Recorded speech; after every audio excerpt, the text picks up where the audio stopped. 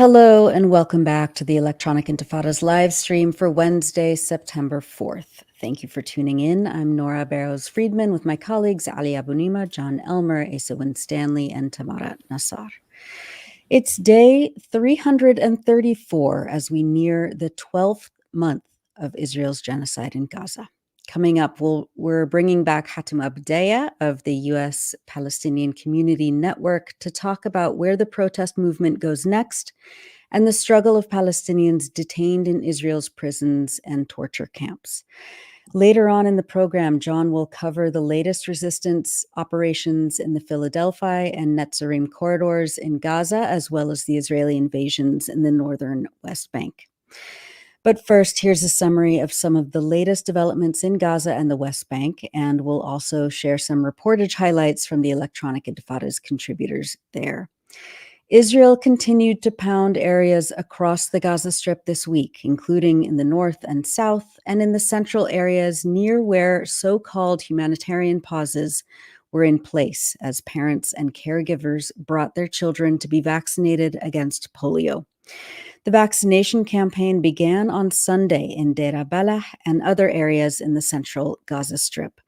The Palestinian Ministry of Health in Gaza reported on Monday that medical teams were able to vaccinate nearly 160,000 children within the first 2 days of the campaign, praising the well-attended turnout from parents and caregivers. By today, nearly 180,000 children have been vaccinated.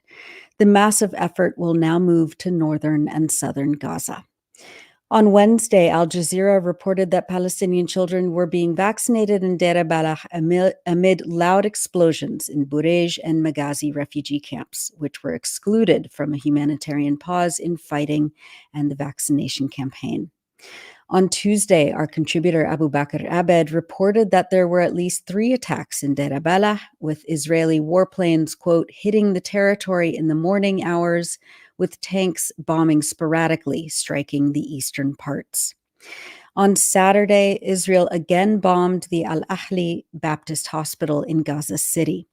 Israeli airstrikes targeted the Safad school, also in Gaza City, on Sunday. The school has been used as a shelter for displaced families, and at least 4 people were killed in the attack. Other airstrikes were reported in Nuseirat and Jabalia refugee camps over the past few days. Today, Wednesday, at least 2 separate Israeli airstrikes targeted homes in the Nuseirat camp, killing and injuring people. On Monday, Israeli forces targeted a group of Palestinians near the Al-Fakhura school that has been operating as a shelter in Jabalia, killing 5 and wounding others who were lined up to buy bread. The Israeli army withdrew its ground forces from Deir al-Balah on Thursday after a days-long series of airstrikes and tank shelling amid widespread and repeated displacement orders. Writing in the New Arab, Abubaker Abed said that although Israeli forces withdrew its ground troops on the eastern outskirts of the city, Apache helicopter gunships, quadcopters, and tanks, quote, remained in the area, pounding the city, and this latest ground incursion caused panic and fear among scores of already traumatized people. Al-Shifa Hospital in Gaza City reopened its emergency department over the weekend following a massive rebuilding campaign after the hospital, which was the largest medical complex in Gaza and predated the State of Israel, was besieged, bombed, and turned into a killing field by the Israeli army in March of this year. The Ministry of Health in Gaza said that the reopened emergency department has 70 beds, a new triage ward, 2 operating theaters, a laboratory, a blood bank, and a radiology unit with basic X-ray and ultrasound machines. Though the reopening of Al-Shifa Hospital's emergency department is a relief to many patients and healthcare providers in northern Gaza, it is still a daunting task to acquire basic medical essentials such as gauze, antibiotics, and baby formula. According to the United Nations, Israel almost doubled its previous rate of denials of entry to humanitarian aid missions in August compared with July. Aid groups say that approximately 1,600 trucks full of essential medicines, health and hygiene supplies, and food are currently stuck at crossing points along the Gaza boundary with no progress on their movement. Israel's repeated and incessant displacement orders, which are pushing Palestinians into an ever-shrinking corner of Gaza, have also impacted storage warehouses for humanitarian aid, the organizations say. Additionally, the severe damage to key infrastructure, including roads, water, and sanitation, along with the risks of unexploded ordnance, have impeded or prevented deliveries of humanitarian aid altogether. On Friday, more than 24 international aid organizations warned of an imminent collapse of the humanitarian response in Gaza, which would leave millions of civilians without aid. Doctors Without Borders, Médecins Sans Frontières, reported last week that for 3 months, the organization's Gaza team has been trying to import 4,000 hygiene kits containing, quote, basic everyday items such as soap, toothbrushes, shampoo, and laundry powder, adding that the scarcity of such essentials have made them prohibitively expensive for people in Gaza to buy. Quote, for 3 months, importation of these kits have been blocked by the Israeli authorities, the medical group stated. Just days after Israeli soldiers shot 10 times at a clearly marked World Food Program vehicle, which was part of a convoy whose movements had been fully coordinated with the Israeli army, an Israeli airstrike on Thursday killed 4 Palestinians in front of an aid convoy carrying food and fuel to the Emirati Red Crescent Hospital. Quote, the Israeli airstrike was carried out without any prior warning or communication, the aid group ANERA stated. This week, like every week, we published a number of extraordinary features by our writers in Gaza. 𝐓𝐡𝐞 𝐄𝐥𝐞𝐿, an English literature student, a writer, and a video maker, wrote a personal narrative about being stuck in her second year of studies. Her university, the prestigious Islamic University of Gaza, was bombed and destroyed in October. She says that online classes have opened, but she decided against enrolling since she's displaced in a tent in Nuseirat in central Gaza with about 20 other people. The internet is slow, she writes. There's constant noise around me. There are unexpected evacuations, and my mental health is devastated. Quote, to pursue learning and education at this moment in time, during this genocide, now feels like an act of resistance and reclamation. The familiar rhythms of academic life have been upended, replaced by an environment where safety is a luxury and the sounds of conflict are a constant reminder of our reality. To sit at a desk and read is no longer a possibility, but a symbol of a past life that feels increasingly out of reach. Sometimes looking back is painful. I think about last year when I was reciting Tamim al-Barghouti's poem in Jerusalem at the annual festival held by the English department, where students would recite poems, sing, or act in plays. It was a chance for us to face our fears and come out of our shells. I remember the pride I felt while on stage and the applause that came after. You are all shining stars of the English department, the head of the department told us. I felt hopeful and determined that the future I envisioned for myself would be a reality. I didn't enroll in classes, but I'm still studying and learning. A friend and I even set aside Fridays to talk about what we've learned during the week, like our own independent study. Each morning, I wake up to the sounds of artillery explosions or the buzzing of drones. The faintest light comes from through the cracks of our makeshift curtains in the tent. I rise from my mattress on the floor and get on with my day. My morning ritual is important to me. My first task is to sit alone for a bit to try and find some peace from the noise and chaos. I read the news in English and write stories and poems. It is harder now to do things that once came easily. I struggle to upload books to my phone with the slow and often unavailable internet. The pens and notebooks I now use are different and more costly than the ones I once used. But I know that every line I write and every day that I pursue my own education is a defiant stand against the destruction that encircles me. With or without a desk, a reliable network connection, my fancy pens and sticky notes, and the safety that I once took for granted, I am wholeheartedly dedicated to my education. That's from 𝐓𝐡𝐞 𝐄𝐥𝐞𝐜𝐿's narrative piece, With Campus Destroyed, IUG resumes online classes on electronicintifada.net.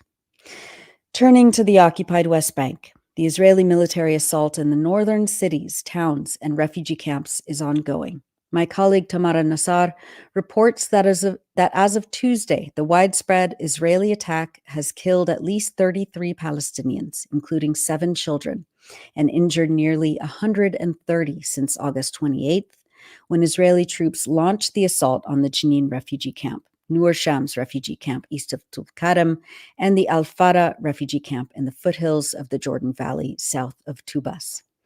Hundreds of soldiers armed with military jeeps, bulldozers, and drones have sealed off cities and refugee camps and inflicted widespread devastation to infrastructure, roads, and water networks. The army has also cut off power. Journalists have been fired at and chased by enormous Israeli military bulldozers while trying to report on the escalating military raids. Tamara reports that Israeli forces this week intensified their attack on Jenin refugee camp, besieging it and leaving it without food, water, or electricity. Israeli soldiers blew up homes in the camp, which houses 20,000 Palestinians, and demolished commercial stores, bulldozed roads, and detained and interrogated residents. Israel's ongoing assault has forced 85% of the camp residents to flee. The Israeli military estimates largely to Jenin city. Those who remained are staying put in their homes, though 80% of the camp has no access to water, the Jenin municipality said. Israel issued an evacuation order to a public hospital in Jenin, currently treating 150 patients.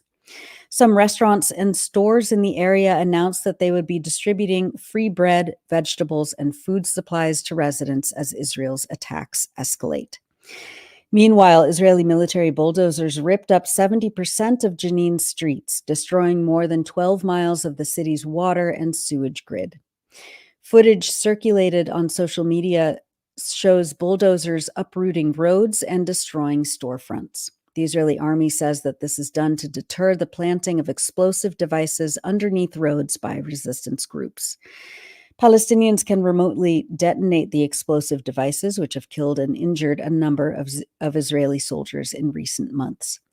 These devices have been more widely used by the armed resistance in the northern areas to resist Israeli invasions into their refugee camps and neighborhoods.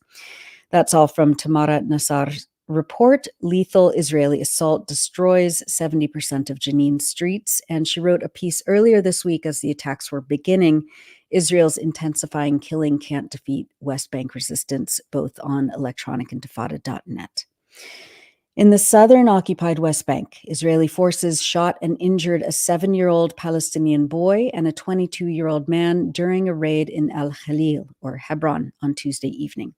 Both were shot in the legs.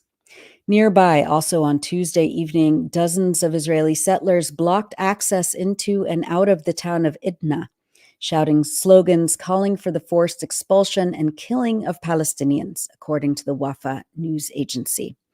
Other settlers gathered near the entrance of Al-Dahriyah village, closing the road and shouting genocidal slogans against Palestinians. On Monday, Israeli settlers set fire to large parcels of land in the village of Al-Luban al-Shakia, south of Nablus, according to Wafa. The head of the village council told Wafa that settlers set fire to olive tree fields near the road between Ramallah and Nablus. The olive harvest season is set to begin in just a few weeks. And finally, we wanted to bring you some images and videos from journalists and others in Gaza that highlight the resilience, joy, and determination of the Palestinian people.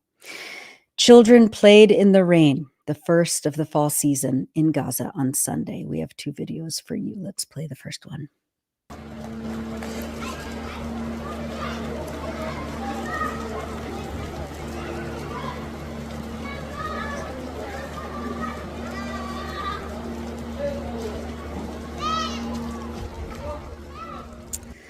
And here's another video of kids in a school-turned shelter playing in the rain, also on Sunday.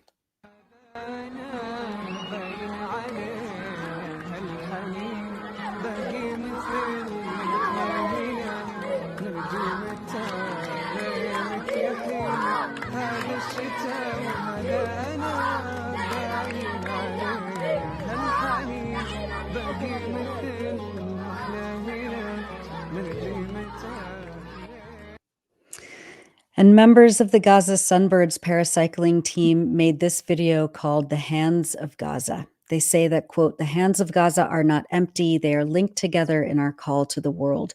Don't stop fighting alongside us with your marches, boycotts, and needed support. Don't stop until Gaza is free."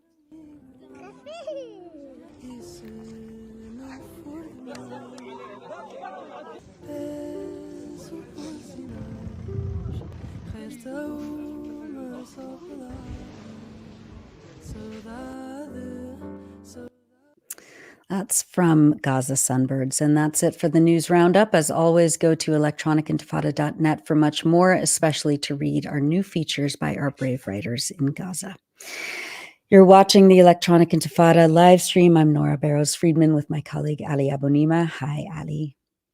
Hi, Nora. Thank you for that. And it's just so much to try to keep on top of, especially the continuing and expanding Israeli assault on the West Bank, and just the levels of destruction there in the refugee camps are just shocking. And in Tulkarem, in the city of Tulkarem, some of the video I was seeing this morning, they just went in and they just completely destroyed a square in Tulkarem, bulldozing the water mains, the streets, just pure vengeful destruction because they know they can. Right. There's no accountability. No one will be punished for this just absolutely depraved war crime, which is what it is. The occupying army has done this over and over and over again for 76 years, especially in the refugee camps, and yet, no one's being held responsible or accountable. And there are, again, no red lines for Israel's enablers. Yeah, I was going to say before, I want to make sure we don't lose the opportunity, but we have a surprise guest who is able to join us live from Gaza. We're going to bring him on. Fantastic. Hopefully it works. And it is, of course, let's hope it works. This is, Hi. of course, there he is. Hello, Abubaker. How are you? Yeah, I'm good. Alhamdulillah. How are you too? So good to see your face. So good to see you too. We never announce in advance if you're going to come on, because we never know if we're going to get a connection, and until it happens, and here you are. So we're so happy to see you, Abubaker. I am so happy too. Thank you so much. Can you just give us a sense of the last few days in Deir al-Balah? You wrote for the New Arab about the partial withdrawal of Israeli troops from some parts of the city, but they have still been attacking mostly the eastern parts, according to your reports. Can you tell us what's going on, especially amid this vaccination campaign where, parents and caregivers are trying to safely escort their children to get these oral vaccines. What's the situation like right now? Yes, and more importantly, before talking about other things that I am working on a very important piece for the EI, for the Electronic Intifada, about a very important and exclusive thing that has been happening there, but over the course of time, especially since the invasion happened, which is that there are quadcopters that hover over us during the night hours that play recorded audio of dogs bark and fake shooting to terrorize people across the territory. So that is one of the most important things before talking about the bombings and the bombardment and the destruction and the vexation. So look at the way the Israeli forces are trying to implement on the territory. It's very frightening and very intimidating. I remember 2 days ago during the night at 2 a.m. at pre-dawn, There were quadcopters that play high sounds of dogs barking, but we're looking outside, there were no dogs, and fake shooting, very close shooting, and there was nothing. And just about that, you need that this quadcopter is around you, so you need to hide in, you need to gather in the middle of in the middle of where you are, in the middle of the shelter you're taking, you're in. So it's a very intimidating thing, to be honest. So regarding the vaccination campaign, which is an absolute joke, it's a sick joke, which is that there should be no tax during this time, because Deir al-Balah, as the Gaza Health Ministry announced, that the vaccination campaign would take place for 4 days in the coastal Palm City. And there should be no tax from 9 a.m. to 4 p.m. supposedly. Unfortunately, there have been attacks in the morning, especially by Apache warplanes, and at the same time, Israeli tanks have been pounding the eastern parts of the city.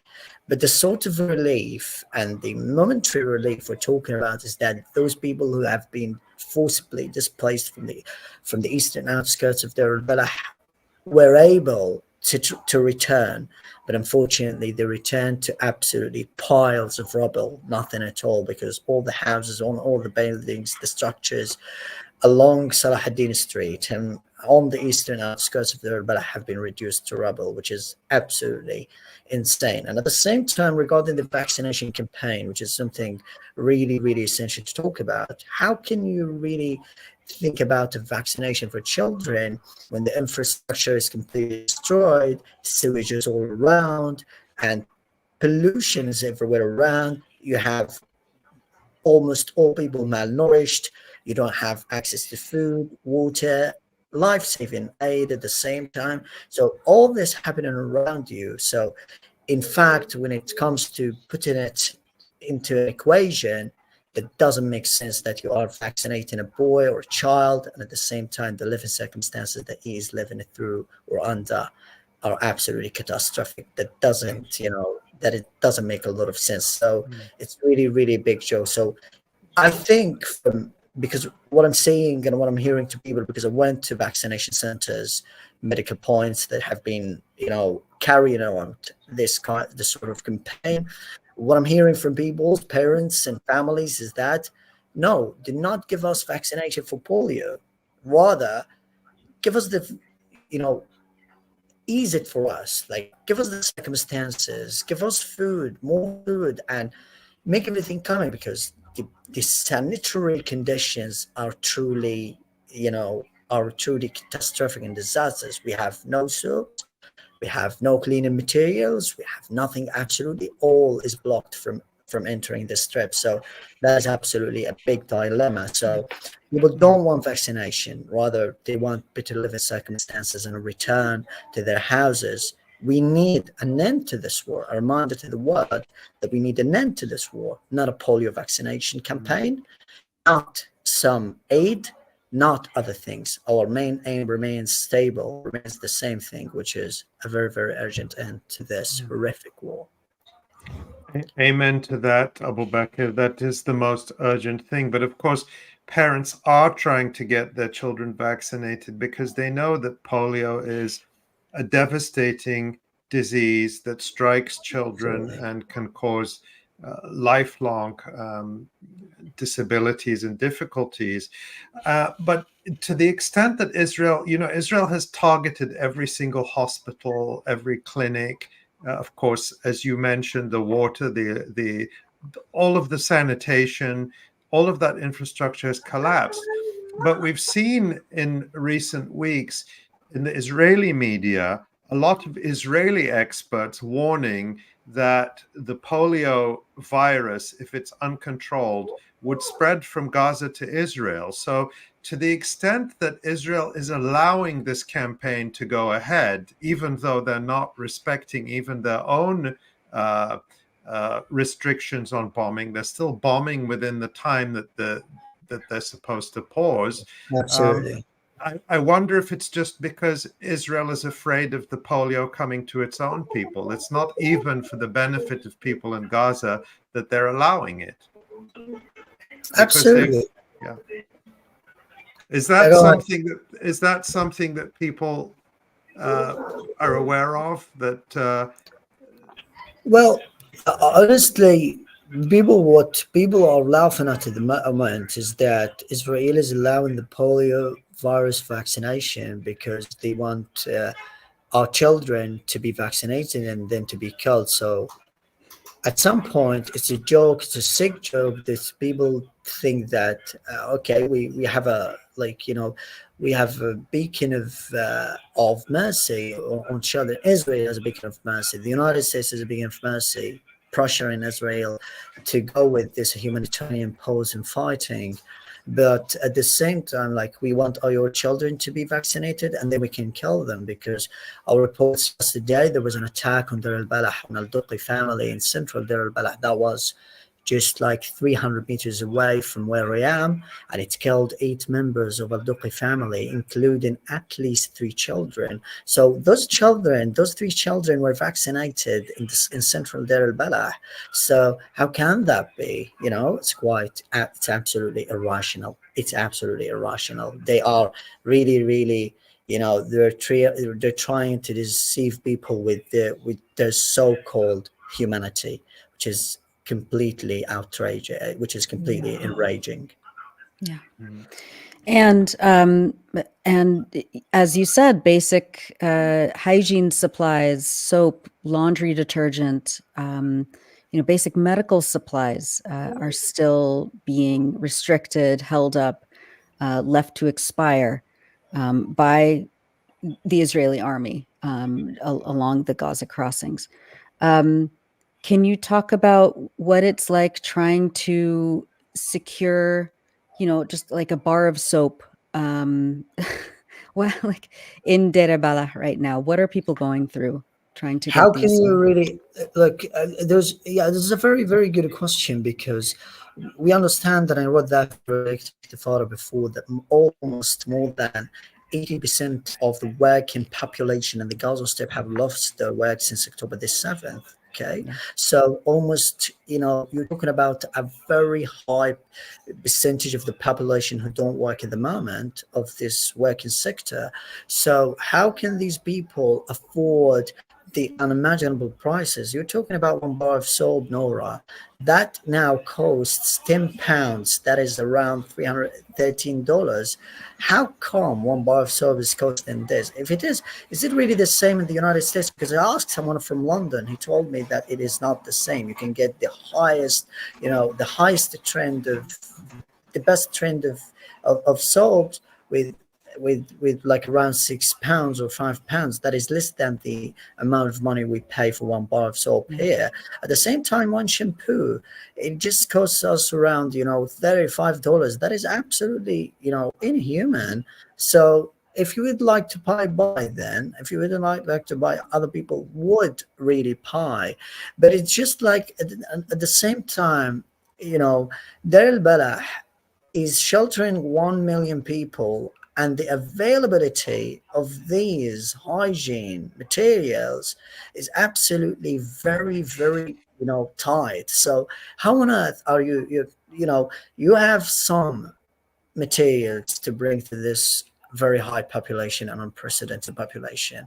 So it is not enough. It's really not enough to meet the needs of all these people. So it's just a matter of a race, that if you are going first, if you have the money first, then you can really offer this, provide yourself with this, better and clean environment. Other than that, everything will absolutely vanish, which is incredibly heartbreaking. And at the same time, skin diseases have been spreading within the community, and this is an unprecedented at the same time level of skin diseases among people, because what we see, a person is see with my nieces and nephews and other people outside, they have lots of skin diseases, and at the same time they don't have access to water, clean water. It's still contaminated. And again, what we drink still 334 days since this war and since this genocide started, what we really drink is unfortunately not well filtered water. It's still contaminated. It's undrinkable. If you come here and drink it for one day, you will have gastroenteritis the second day. That is really what is happening on the ground. But at the same time, also, the food we are eating is still not the best quality. And Abubaker, are people able to boil their water? Do they have fuel or? You don't have it. No, unfortunately, you don't have it. People can't even boil their water. No, they don't have it. Even wood, even firewood, Dr. Ali, it is very expensive. We're talking about if you need 2 pieces of wood, you need to pay around $3. Most people don't work it, and unfortunately, again, it's the same dilemma. Believe me, that all humanitarian organizations do not operate well on the ground. No, they do not, because come and ask people in. As far as I'm concerned, because I've asked all the families around me, how many times do you receive aid per month? Most of them have said no times we have received aid per month. And most of them said that you need to fight for it. You need to queue up for long hours just to get one box of aid, which is not a very monthly thing. So it's incredibly heartbreaking how people, and it is canned food. Again, it's not the best food, it's canned food, and we are eating frozen chicken and frozen meat. That is absolutely not good to health. And personally speaking, I've been struggling with that, and I don't know, but yes, I'm living on vitamins, as you know. I don't want to, I'm not imploring you for anything, absolutely, but it is still the same case again, which is that I'm still living on vitamins, multivitamins, nutrients, and other stuff, so I can really resist living in Gaza, in war-torn Gaza. Yeah. And then we just saw, Abubaker, that it rained in Gaza, the first rains of the season. It very rarely, if ever, rains over the summer, and then now the autumn is coming and the rain is coming, and soon, although not yet, but soon, the colder weather will come. Can you talk about what that means? I think, it rained on September the 1st. If you went out in the streets and saw the children, people were absolutely desperate for water. They were taking shower in the streets, in the sewage-filled streets. It was an absolutely piece of beauty that, the laughter and revelry of children were incredibly amazing to witness and observe. So that was one of the things that I really liked personally. And the way I took photos, by the way, of the trees and the palm trees, because their Balach is known for its palm. It's Balach, it's palm. So, it's just like, about the palm trees turned into a beautiful shape with rain, pouring around on it and on them. And also the olives trees. And at the same time, the, other trees as well, like the basil and the roses and the flowers and everything around. So it was an incredibly amazing sight because people needed that. People don't have access to water. Children, they don't take a shower every day. They barely take a shower every week. Okay, this is probably a private life, personal life, but yeah, we need to tell people that this is what is really going on the ground. But again, what we believe in is that, this sort of things, believe me, wherever it is, whatever happens, regardless of what is happening on the ground at the moment, we still need to seek out the beauty, and there will be beauty all the time around in Gaza. So I just believe that because the last remnants survive in Deir al-Balah. The last remains of Gaza are in Deir al-Balah.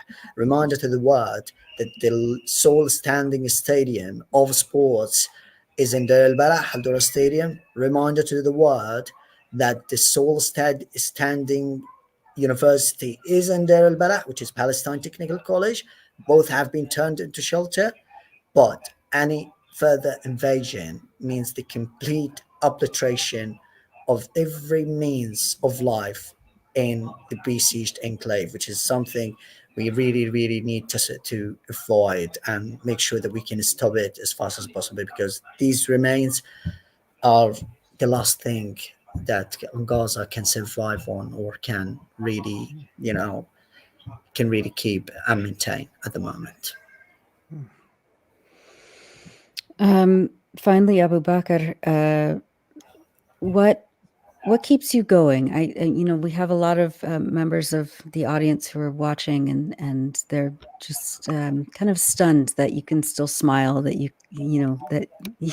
that that you're still, you still have this energy and this joy inside of you. Can you explain? How? I think it's a smiling? three-letter answer, which is YOU. It is you. Again, it's incredibly important when you have these really harsh times. Again, you heal up from everyday terrors, everyday horrors by people around you, supporting you, feel what you are going through, because this is a humanity. And when you find these people under the worst circumstances, you find your healing worth, and that is the people whom you love, the people whom you cherish, and everything around. It's 334 days, because I think I remember that this title of this podcast is "What Comes Next." Yes, Yeah. and again, 100 times, what comes next is hope. What comes next is is liberation, is a free Palestine, is an end to this suffering. Believe me, I'm not going to lose hope. It's a very difficult matter, personally speaking, that I'm still in my 20s and I'm facing this terror, I know. But I think if there's nothing, I promised myself from the start, I promise you all the time, and I've promised you that I will not let anything upset me or let me down. I have this upbeat spirit. You have, and I will not make anything let me down, because I'm someone with, I believe so, I'm someone with an unbeatable mentality, with lots of hope. And this is something that I want to emerge with after this genocide. So I'm not going to lose hope. It is hope. It is everything. And yes, I keep smiling. I keep looking at beautiful things around. Seeking out the beauty is a matter of life, is a matter of, the real human existence, which is why we are on this earth, even amid such barbarity and brutality from the corrupt Western leaders and these genocidal leaders.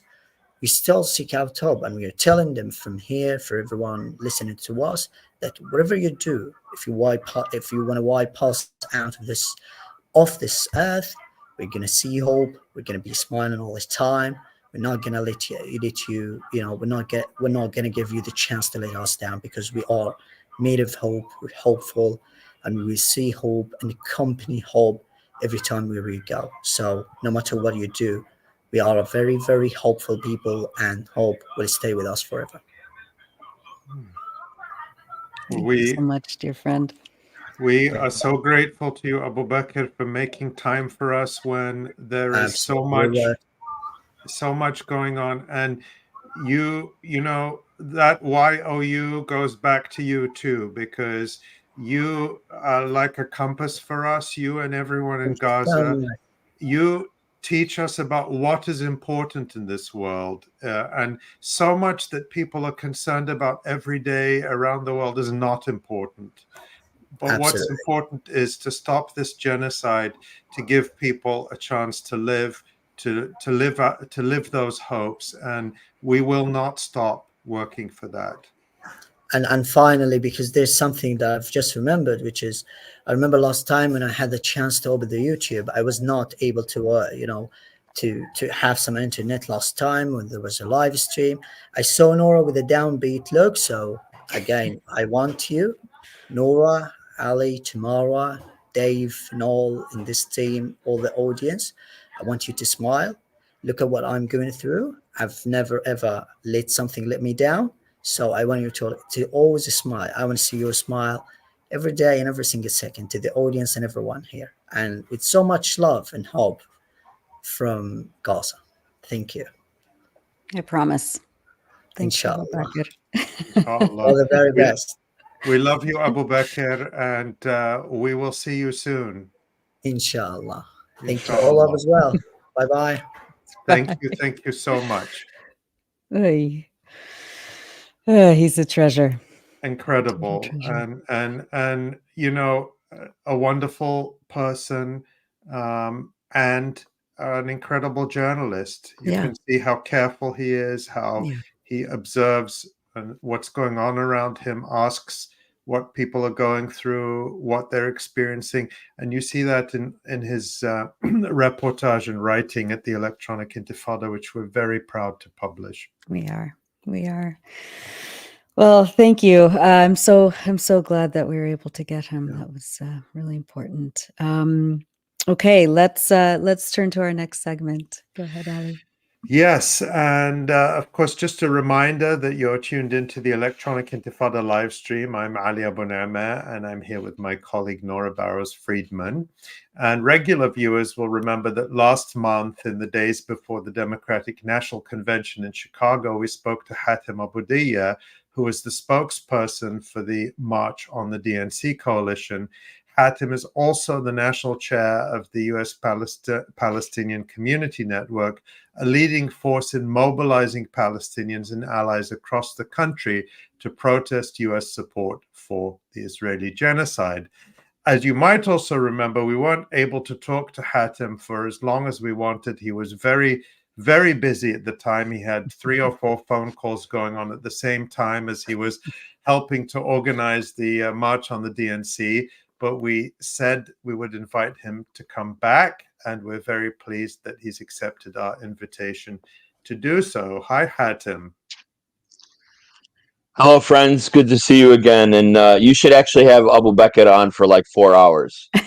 I wish we could. I wish we could. If the connections allowed it, we would. He's just incredible. Yeah. And he's he's an example of really all of our people in Gaza and the entirety of Palestine and the whole Arab world. I mean, folks that watch your show from the U.S. and other parts of the world that don't really know much about Palestinians. He's a special young man, but so many of the young people there are like him, as brilliant as he is, as hopeful as he is, as revolutionary as he is. He's a treasure, as Nora said. He's incredible. Yeah. Absolutely. And we always lifts our hearts and our minds to see him, and as it does to see you, Hatem. So again, thank you for coming back, and let's get into it. I think we want to spend most of our time today talking about what comes next. But since we last saw you when you were organizing the March on the DNC, give us a recap of what happened at the DNC, with the protests, and with what happened in the convention venue at the United Center.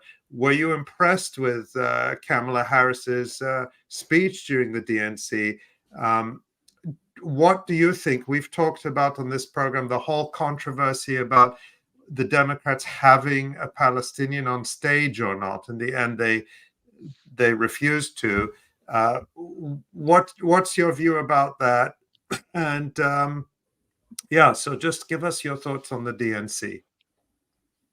Yeah. So the first thing I'll say is that we were talking for months about how it was going to be the event of the season.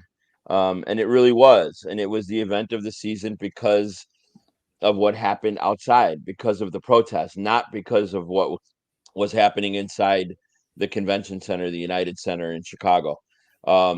Clearly, it was a grand, incredible success. I mean, we had almost 40,000 people in the streets that week. We had predicted we would have tens of thousands in the streets. We had 20,000 on the first day on Monday, an incredible mobilization. 8,000 at a Wednesday protest, and 11,000 on the last day on Thursday, the night of Kamala Harris's speech. And so we were very, very proud of what we were able to accomplish. Like I reported previously, over 270 organizations had joined the coalition to march on the DNC, including, of course, my organization, United States Palestinian Community Network. I think it's important to shout out the other leaders of the coalition, the Black-led National Alliance Against Racist and Political Repression, Students for a Democratic Society across 80 campuses in the U.S., Students for Justice in Palestine, the national body representing a bunch of campuses across the U.S. as well, of course, anti-war committees across the Midwest, and so many others, a bunch of other Arab and Palestinian national organizations, the AFSCs and the Code Pinks of the world, a number of immigrant rights forces that I'll discuss more about when we talk about next steps. But really, there was the quantitative success of having these tens of thousands, almost 40,000 people in the streets that week, but also, the qualitative success, really the importance of having all of these forces from all of these different nationalities, ethnicities, religions, from people with no religion, different age groups, different parts of the country, across the Midwest mostly, of course, but we had folks that came from the West Coast and the South and the East Coast as well. And the significance of immigrant rights forces, Black liberation forces, the movement to fight against police crimes, the movement for police accountability, reproductive and women's rights, LGBTQ rights, all of these different social justice movements, all of these different forces represented with beautiful posters and banners and puppets represented on our stage both Monday and Thursday with powerful, powerful speeches about how the Democratic Party has taken for granted all of these communities and all of these issues for so many decades, but at the same time rising up in one unified voice saying, we understand right now the centrality of Palestine in the movement. We understand that the most important thing in the world today is to stop the genocide, the U.S. supported genocide against the Palestinian people of Gaza. And so the folks doing reproductive rights work, we're talking about reproductive rights in the context of Gaza and the genocide.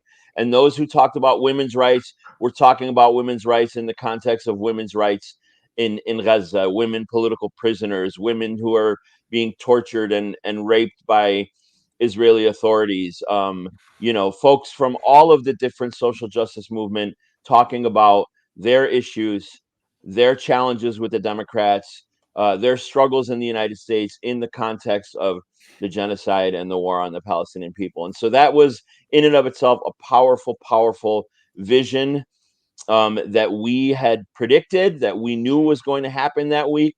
And that was projected really to, millions and millions of people across the world. I've never ever been involved in an event that had this much press coverage, that had that I did this many interviews. It was the last 3-4 days of the week where was like 24/7. The phone was ringing and the interviews were happening, and so it projected to the entire world exactly what we had said, that Palestine would be the central issue, that the protests at the DNC would be much more significant than what happens inside.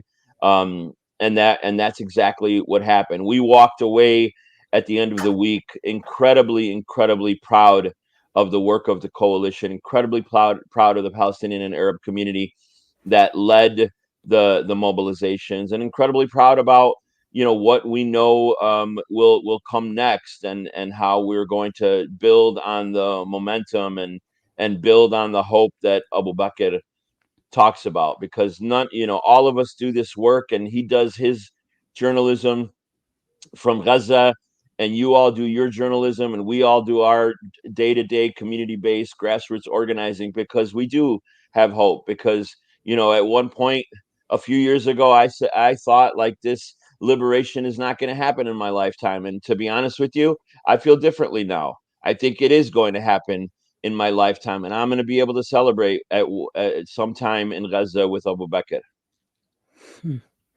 Oh, you're muted, Ali. Amen to that. Just before we shift to what comes next, any thoughts on this whole issue, just briefly, on having a Palestinian on stage and what that whole controversy meant, or what it would have meant? I've made my views about that known, so I'm not but I just want to give you a chance to talk to that if you want to. Yeah. So before I say that, I know you mentioned the speech, and I think it's important to talk a tiny bit about what happened in the building, especially on Thursday. So at the time that that Kamala Harris was accepting the nomination, we actually had stopped our march of 11,000 people under the train tracks in Chicago, on Lake Street, which is just a few blocks north of the convention center. And the police, CPD, which has a sordid history of torture against Black and brown communities, of mass arrests, of attacks on the George Floyd uprising in 2020, on killing and maiming black and brown residents of Chicago for decades and decades and decades, and had threatened mass arrests, had threatened our coalition, had threatened the leaders of the coalition, had threatened that they were going to implement mass arrests. Again, that night, threatened mass arrests, because we stopped there and we said, we are going to stop here. We are going to chant. We are going to hold our position, so that the Democrats and Kamala Harris, while she's accepting that nomination, understands that we're here protesting everything that they represent there and all of their unequivocal support of Israel. It was an incredible sight. I know that it was live streamed on the coalition's Instagram page. I know that it was all over social media, but it was just a powerful moment at that time, where we challenged the police directly.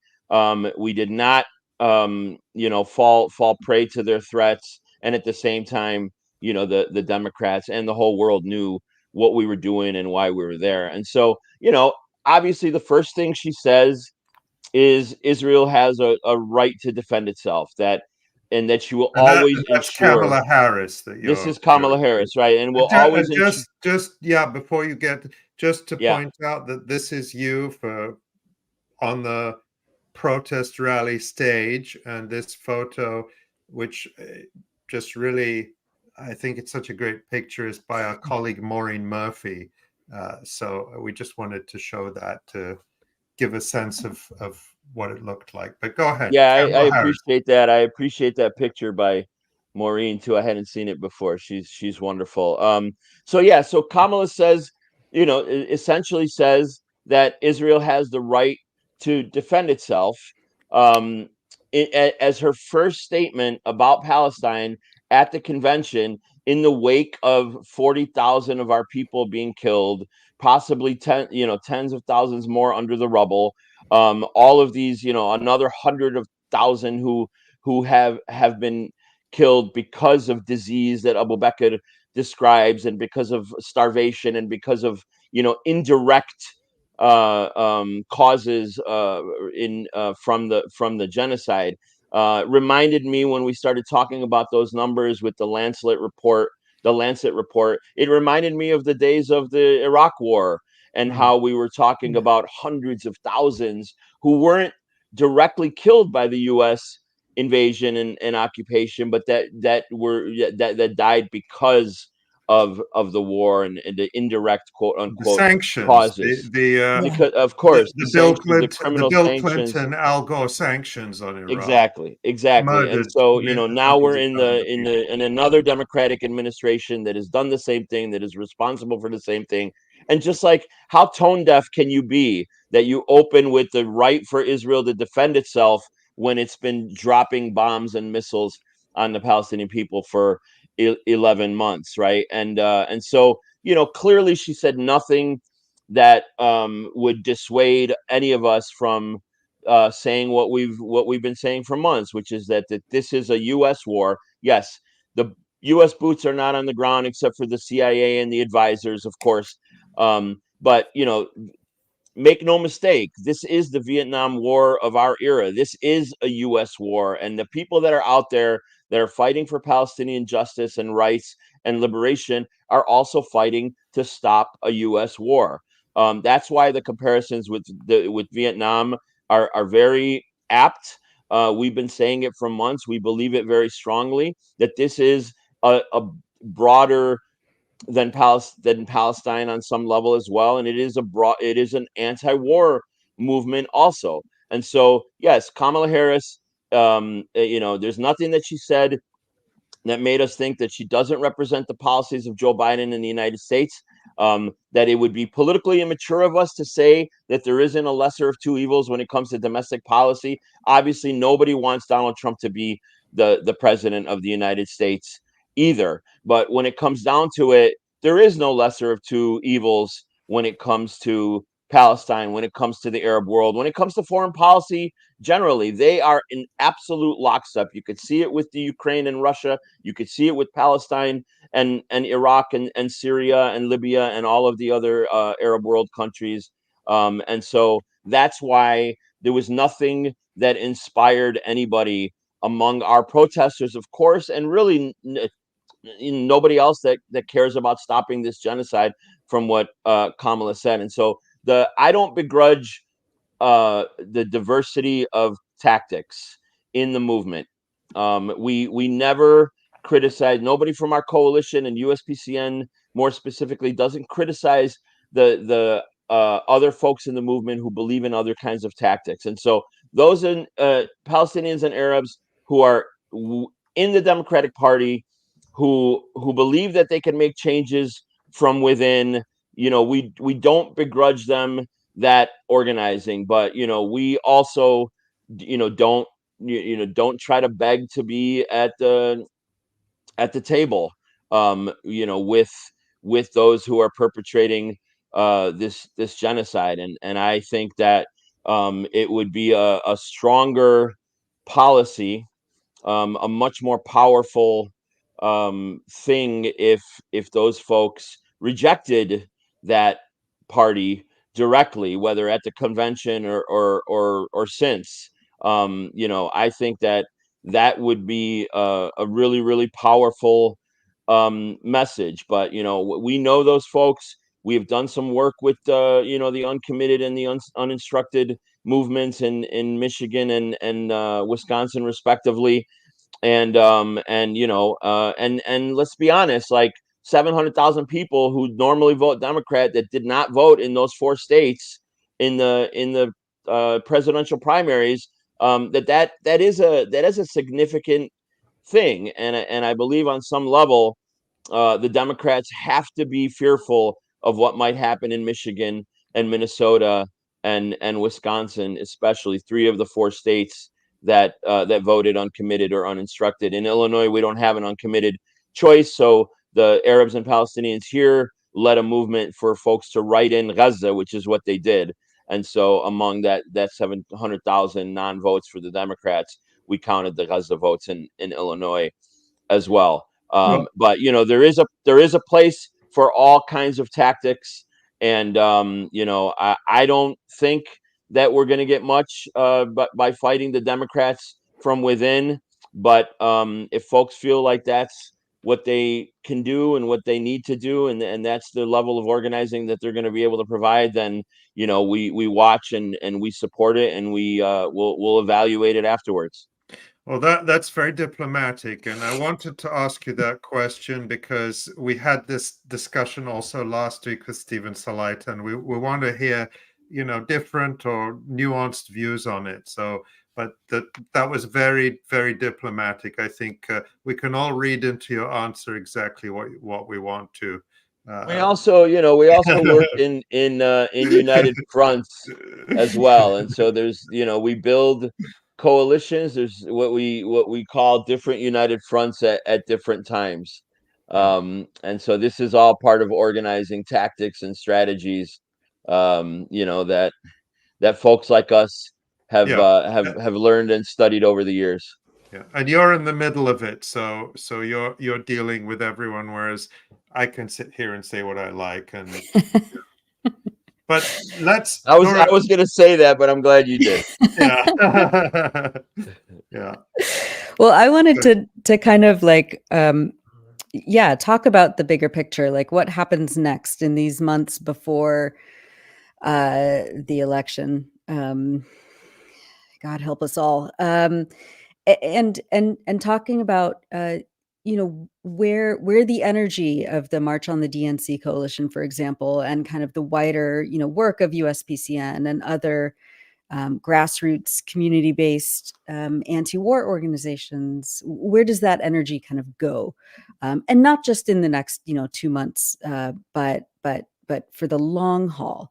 We're seeing students going back to classes. There have already been, really incredible protests at Columbia University in New York yesterday, and cops were called to beat students on the campus of the University of Michigan.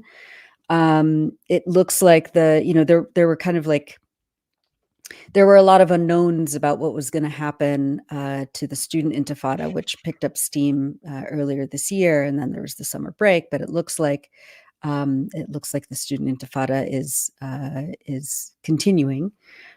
Where does the movement go? What are you looking at closely? Yeah, so I think I wanted to talk about the student movement for sure, and I'm glad you brought that up. But before we do that, I think there's so many positive takeaways from the DNC, and some of the forces that we worked with in the DNC have always been supportive of Palestine, have always worked very closely with us. Especially folks in the Black Liberation Movement. One of the things that you all know that just drives the Zionists in this country batty is the fact that we have such a close relationship with the Black Liberation Movement in this country, and the fact of the matter is that the National Alliance Against Racist and Political Repression is essentially a sister organization to USPCN. In Chicago, we have a very special relationship, but we have it on the national level as well. And so the folks from those communities recognize that their unity with us is not just based on solidarity and the fact that they need to support us at this time and they need to help us stop this genocide, but also based on the fact that it is the same elements that are oppressing us both. The U.S. government and the racial profiling in this country and the repression against the Black Liberation Movement in this country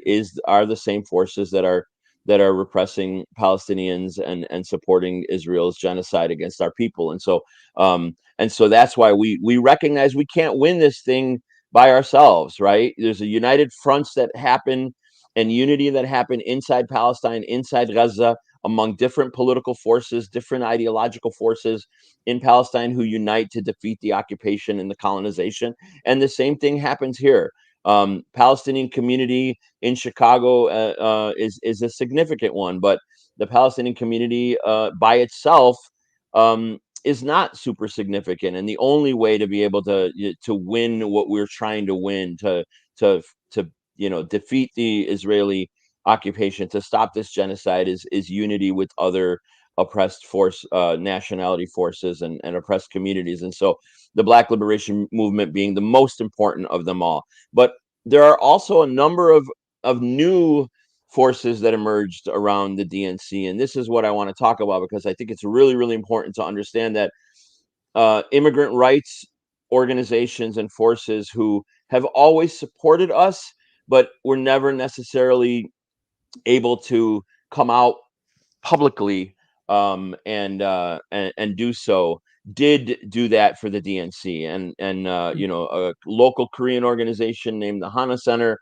a national Korean organization named 𝐓𝐡𝐞 𝐄𝐥𝐿, which is a national Mexican and Central American organization with the leadership almost exclusively undocumented immigrants.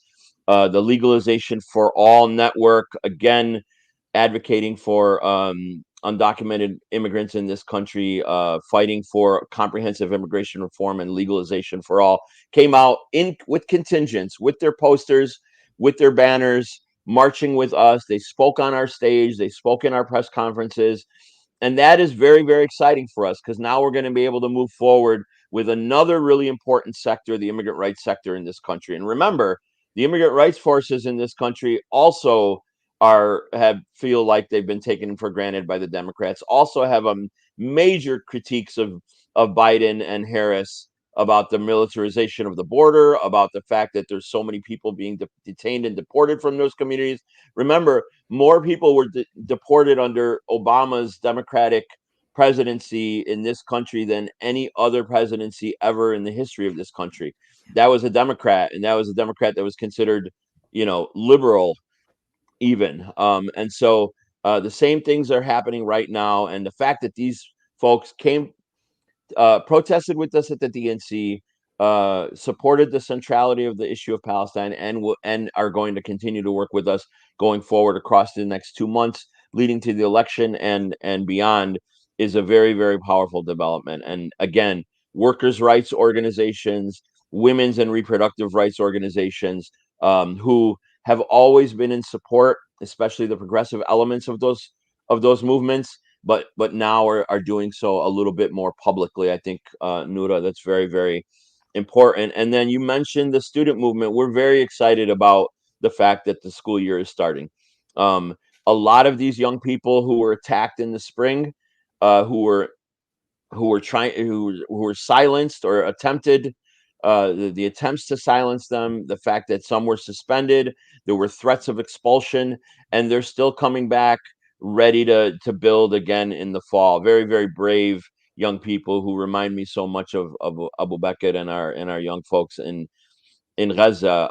But we also know that the repression continues, and it's escalating.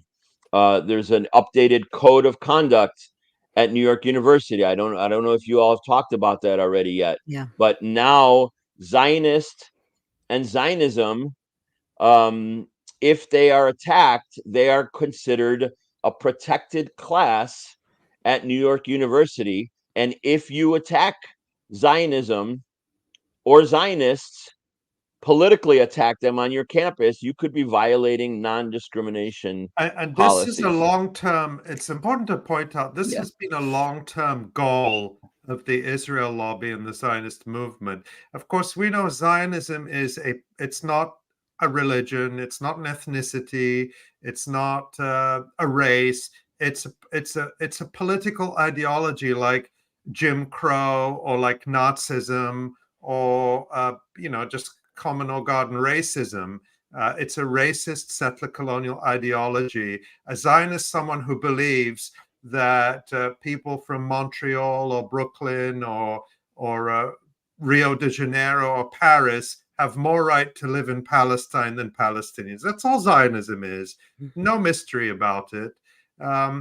And yes, but because it's so clearly indefensible, Zionists have tried for years to define Zionism as being similar to a religion or an ethnicity, so that if you attack this completely illegitimate, repulsive, racist, and genocidal political ideology, that's the same as attacking someone just for being Jewish or just for being Muslim or just for being black or whatever else it might be. So it's a significant advance for the Zionist movement that they've gotten NYU to actually write this into their regulations for, I think, the first time. I know, Nora, you follow these things closely. Yeah, it is the first time that a university has announced that it is specifically coddling Zionist ideology and trying to make it a protected class or protected identity. Yeah, I mean, as you mentioned, like, this has been in the works for a long time. They've tried to do this at the federal level, at different state levels. Yeah, so, I know some students at NYU, they are not taking this seriously. They know, they're far smarter than the administration at NYU. They know their rights. They know what Zionism is and what it's not. Many of those students are Jewish anti-Zionists who have a very,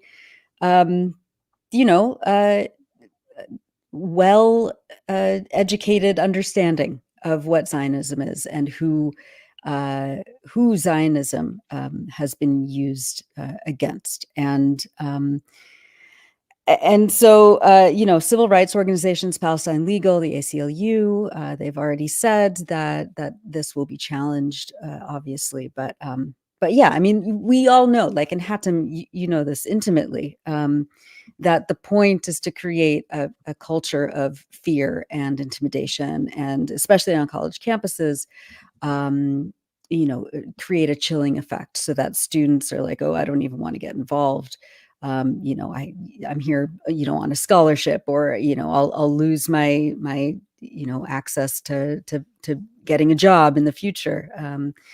But yeah, it's encouraging. And I think on some level, Nuda, on some level that works, right? Like Yeah. Oh, absolutely. we've seen the repression and how it works in different communities and dissuades people from coming out. But like, I don't think it's gonna work with these students. No. And I think part of the reason is because we are in a different period as well. And now we have the National Lawyers Guild, we have Palestine Legal, we have the People's Law Office in Chicago. The National Lawyers Guild and the People's Law Office did incredible work around the DNC, have already represented over 400 people since October who have been arrested in all of these protests. We've had over 100 protests since October only in Chicago, over 50 protests led by the citywide Chicago Coalition for Justice in Palestine, which is made up of all the major Palestinian organizations in the city. And we came back, exactly a week after the DNC, and we brought another 1,000 people into the streets of Chicago. So I don't think anybody is going to be slowing down at all. I don't think the students will be slowing down. They know they're going to have the protection of the national and local organizations like USPCN and so many others. They know they're going to have the defense and protection of the National Lawyers Guild and the Pal Legal and People's Law Office and other forces like that. And we, the student movement is part and parcel of the national movement. And so, we're going to be there with them. We supported them in the encampments all across the country. Not just USPCN, but all the national Palestinian organizations in the cities where they have chapters had been, in Michigan and California. We were down at UCLA. We were at San Francisco State University. A number of USPCN leaders, helped win the historic victory at San Francisco State, where they voted to divest from a couple of the companies that are providing weapons manufacturing and that get sent to Israel. So like, this thing is not slowing down. We didn't even really get, even a weekend's worth of vacation from the DNC. We're going full steam ahead, continuing to organize these protests with the idea of arms embargo as the goal, stopping U.S. aid. And the one thing that we've been doing from day one that I think is really, really important for people to understand: yes, there are mass mobilizations, and yes, those are peaceful protests, and yes, those are important because you have different age groups and people with different physical abilities, different immigration statuses. You need people to be able to know that they're going to be safe in those spaces, and we keep us safe. That's a slogan that comes from the Black Liberation Movement as well. We do it. Our marshals did it. Our organizers did it. It's not the cops. They don't keep us safe. They're not friends to the Palestine support movement in this country, regardless of the victory lap that the Chicago Police Department made after the DNC. They had spent months and months trying to keep us from accomplishing our goals, and then at the end of it, they talked about what a great job they did in not implementing mass arrests and not bashing people's heads in. But that was our work. That wasn't the work of the CPD. They're not our friends. The state apparatus in this country is in place to support the political objectives of this country, and that means that they will continue to repress our movement the way they always have, and that is including the students, and that's what New York University's new policy represents. But we're looking at the elections in 2 months. We're looking at the inauguration and mass protests at the inauguration as well, and in Chicago and a lot of other places, just continuing to escalate and to disrupt. There is a South Side Congresswoman named Robin Kelly a couple months back when USPCN and some partners disrupted another event of Congress people there who are supportive of the genocide. And she grabbed the mic and she said, "My colleagues do not do public events any longer because they know that you all are going to be here disrupting." And she thought that that was some kind of attack on us, and we considered it A uh, confirmation of success. Yeah, absolutely yeah, confirmation of success and a compliment. So yeah. we are calling on people to continue to do that. The Democrats are responsible. The Democrats are in power. Biden is the president. Harris is the vice president.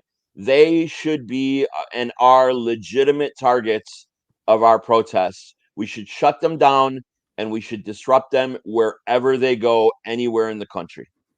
Well, Hatem, our sort of headline question was what comes next, and I think you've just answered it very, very clearly.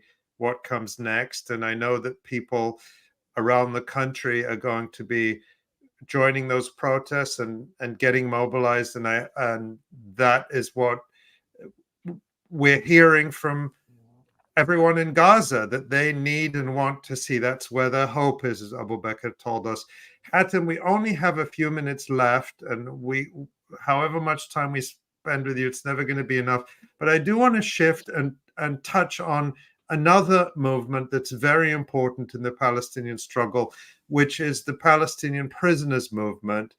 Of course, as we've been covering, Palestinians released from Israeli detention have been testifying to the horrific abuses, including, as you pointed out, rape and torture that they have endured in Israel's prison camps.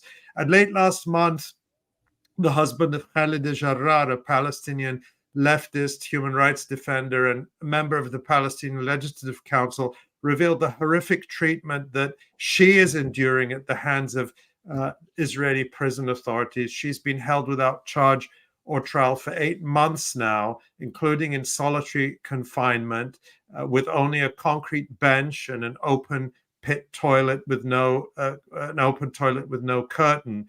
And of course, this is just one of the many stints in prison that she has been subjected to, typically without charge or trial. And in recent days, prison authorities have delayed her meals, even though she has chronic health issues and has to take medication on a regular basis. And she said in a message delivered via her husband that she spends most of her time, quote, sitting next to a tiny opening that allows me to breathe.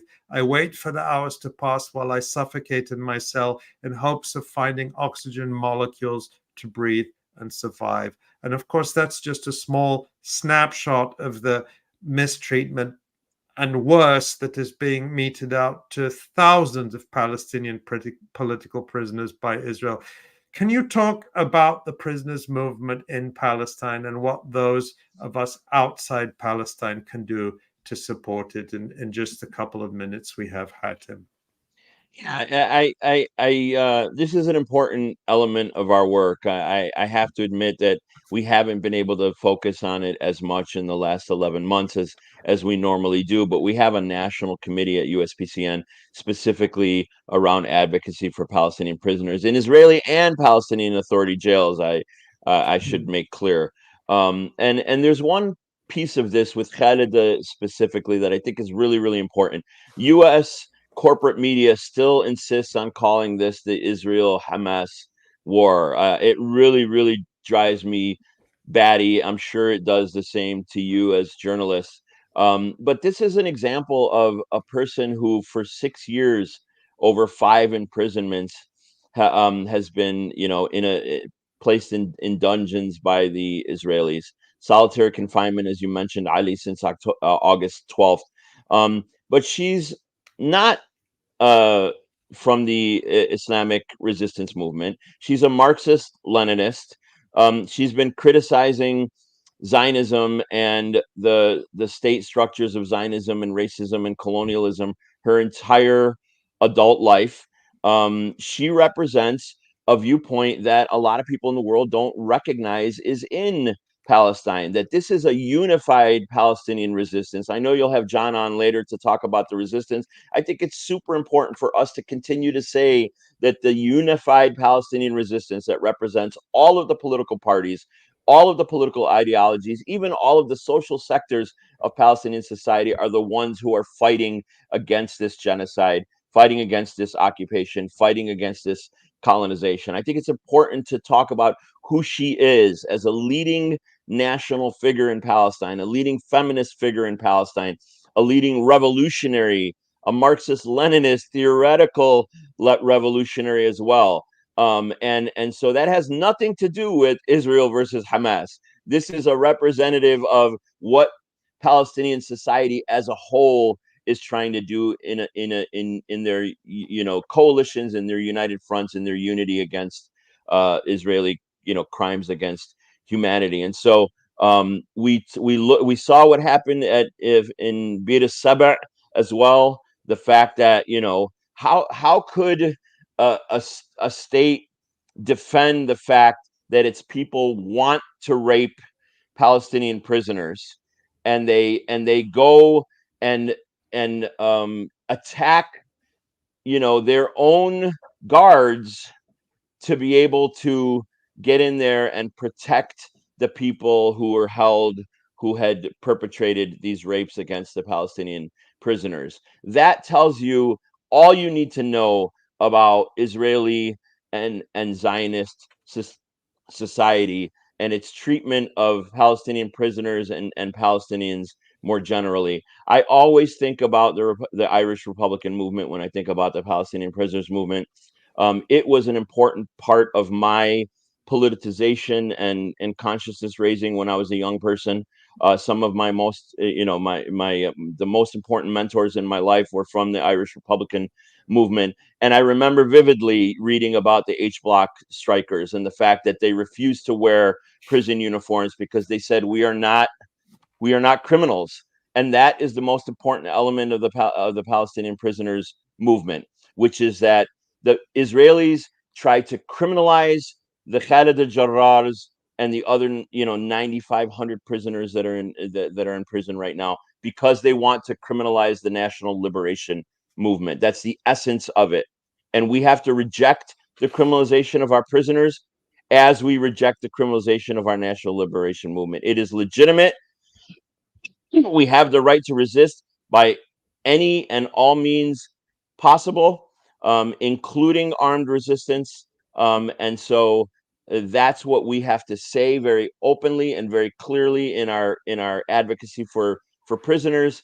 And right now, the struggle is very, very challenging at the time that we're trying to stop a genocide and also to advocate for these prisoners. But keep looking out at USPCN social media. We're going to put out a statement about Khalid very soon, and we're going to ask people to do some organizing around it as well. And I just want to give two quick stats before we wrap this up. I know you all have to move on, but between October of 2023, October 8th, and August of this year, 10,300 additional Palestinians have been arrested in the West Bank and Jerusalem, and 8,322 orders of administrative detention in the West Bank and Jerusalem. Administrative detention, of course, for those that might not know, is when Palestinians are held without any charges for an indefinite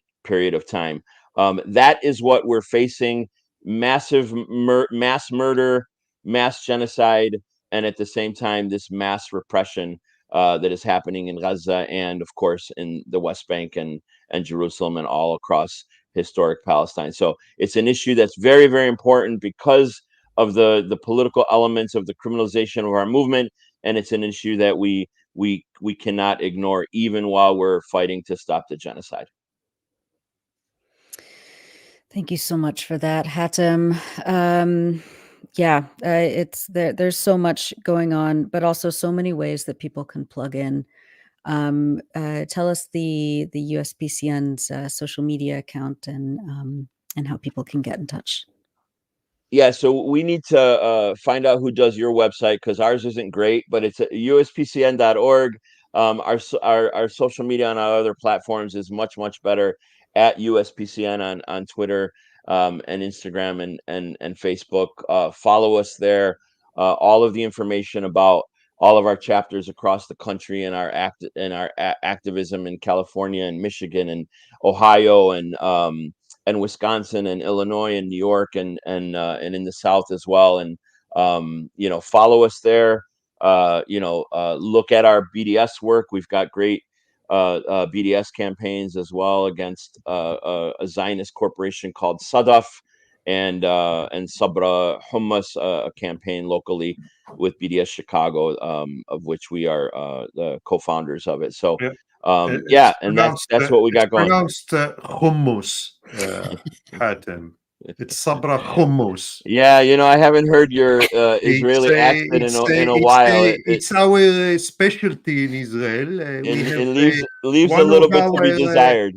One of our national foods, it's the hummus, also the falafel, which we invented, and other things also, but these are the main ones. We like to eat them.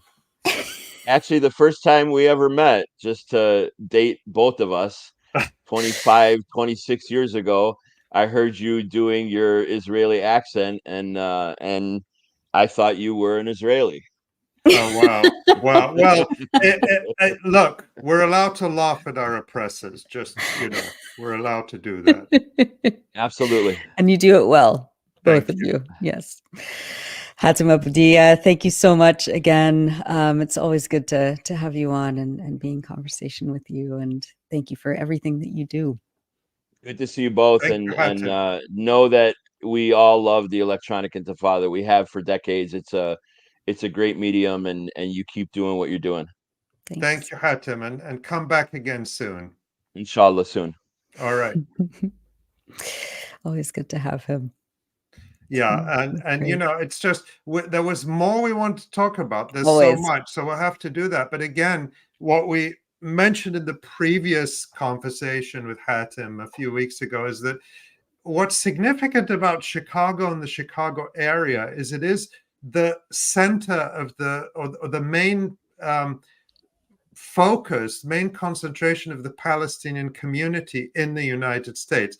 People here, especially people outside the United States, will be familiar with Michigan. There's a lot of talk about Michigan because there is a very large Arab American and Muslim population in Michigan, which is true, but it is predominantly not Palestinian. That doesn't mean it's not important, of course, but just to point out that the reason Hatem is talking about Chicago and a lot of this organizing is coming out of Chicago is because we have a massive Palestinian population here. And if you go to some of the southwest suburbs, you will be shocked at just, the growth of it, all the stores and all the businesses, the visible signs of it. So that's just some context. Yeah. Well, it's great. And you're really lucky to have someone like Hatem organizing the community there. Well, thank you, Ali. We are now going to bring Jon on for the resistance report. Hey, Jon. Hi, friends. That was great. Both back to back. Two beauties back to back. Yeah, big show. All right. So there's a lot happening both in Gaza and the West Bank. I'm not even going to waste any more time. Let's just get into it. All right, guys. All right, so resistance report for this week. Yeah, we're going to start in the south of the Gaza Strip as we usually do, and we're going to go all the way to the north of the West Bank before we're done here. Again, we're looking at this map, a little bit wider Philadelphia corridor on the south along the border with Egypt that has become a centerpiece of the Israeli government's position on the ceasefire talks that we'll talk about. Netzarim corridor also in the north, cutting off Gaza City and the north. Where the Israelis are operating right now. And that is where the Israelis have been operating. As Nora said, the 98th Division, which is the corridor and raid division, that has been running amok in Gaza for the last 5 or 6 months. That division was responsible for the Shifa hospital massacre, mass graves, destruction of the hospital, killing of patients in their hospital beds. They then went from there to the southern Jabalia refugee camp, where they carried out the operation and got one of their soldiers taken in the tunnel that we'll remember. Then they went to 𝐄𝐥𝐿𝐈 and smashed up 𝐄𝐥𝐿𝐈, took a bunch of pretty serious hits from the resistance in 𝐄𝐥𝐿𝐈, as always, for decades. That continued on. And then, as Nora reported, they were in the Khan Yunis and southern middle camps area for about 3 weeks, and they have withdrawn from there. So the battle space has changed, and will probably, for the coming week or two or some period of time, will just be focused on the corridors. And this is, I think, part of the Israeli strategy. They sent the 98th Division out to get rest and recuperation, as they call it. And the commander said that we are leaving to return. So their plan is to continue to use this division to carry out raids in areas that the Israeli military failed in their original clearing operation. So if we look at the map of the south here, we're just going to focus on the Philadelphia corridor. Everything happened that we're going to talk about for the next 5 minutes or so all along the Philadelphia corridor there. As you can see, Tel Sultan has been the main area of fighting, but you can see that there's built up areas all the way along that corridor. It's a populated area, and as part of the ceasefire agreements that were agreed to by the U.S. and by Israel, have the Israeli military pulling out of these population centers. That's something that is that they had agreed to, and the Americans even said yesterday that they expect the Israelis to uphold that. Let's look at some of the satellite imagery that we've got about the destruction. We show you what's happening on the ground, but these two pictures here, the before and afters from November, you can see in the first one there here, if we hold on for a second, you can see on the Egyptian side, pock marks from bomb strikes on the Egyptian side. The Israelis were trying to cut off the Rafah crossing in the early stages of this war, if we'll remember, before the ground operation. But you can see the built up area there. You can see the housing that goes right up to the border, and that's been the case. The buffer zone on that border is only, in some places, 100 meters. But the Israelis are attempting to stretch it to 800 meters, as the next one will show you with the destruction here. If we go to the after, you can see that thin red line marks 800 meters, and it just, I don't even really have words for that. Just the erasure of civilian neighborhoods, refugee camps that tens of thousands of people live in. 10,000 buildings destroyed just in that Rafah area alone. It's brutal. Let's look at the more focused in ones here, and this next one of Tel Sultan. So this is where the fighting's been, right on the edge. Most recently, we've been bringing you the resistance reports from Tel Sultan, and then just completely erased. They're doing that with airstrikes, they're doing it with artillery, they're doing it with tank shells, and they're doing it with anti-tank mines that they rig up. And all of this is happening each day, as Nora reported also. 40 airstrikes. The Israeli military claims 40 airstrikes a day. They're killing 50 people a day. That doesn't include artillery. That's just airstrikes. And they're still attacking schools, as Nora pointed out, because their justification for that is that there's nominal government activity being set up in those schools. In other words, municipal services, healthcare, education. And so those are being targeted. So we can move on to the next one here, because Netanyahu really doubled down on this week. Earlier last week, a Bedouin security guard, who was a kibbutz security guard, was released in Rafah. He walked out of a tunnel, surprised the Israeli military. He's from an unrecognized village slated for demolition, and the Palestinian resistance pretty clearly let him go. The Israelis were not fighting in tunnels at the time. They just happened upon him, and so he was released by the resistance. And because of that, the Israelis went into the tunnel that he came out and found on the weekend, found 6 captives, mostly soldiers, possibly all soldiers, that the Israelis immediately said had been executed. And they said that their forensics labs had said that they were killed either Thursday or Friday, so between 48 hours and 72 hours before they were found. The Israeli military said that they were not operating in the tunnels. They didn't find them through a raid in the tunnels. They're digging up the tunnels on the edge of the Philadelphia corridor, and they happened upon the Bedouin who was released, and then they found the bodies of these 6 other soldiers. And so, according to Army radio, a commander speaking to Army radio, the Israeli military said the opposite of that they were operating in the tunnels. They said they were moving slowly above the ground so that Qassam would move the captives. So that gives you an idea of where the Israelis are coming from on this situation. They're not down in the tunnels trying to find their people. They found their people by accident, and then because of that, they went into a tunnel right beside it and found the bodies of 6 of their soldiers who were killed. And as we've seen, it tipped off a bit of a general strike in Israel and did something that finding other dead bodies hasn't done, or killing 50,000 people and destroying the healthcare system, the education system, causing polio, all the horrors in Gaza didn't do. But these 6 captives being killed, possibly executed, it got a reaction. And this is Netanyahu's first time addressing the press since early in the summer. And he's standing here pointing to the Philadelphia corridor. And he's saying that this is an existential war, that the corridor is central to our entire future, he says, of the state of Israel. He says the goals of the war all run through the corridor.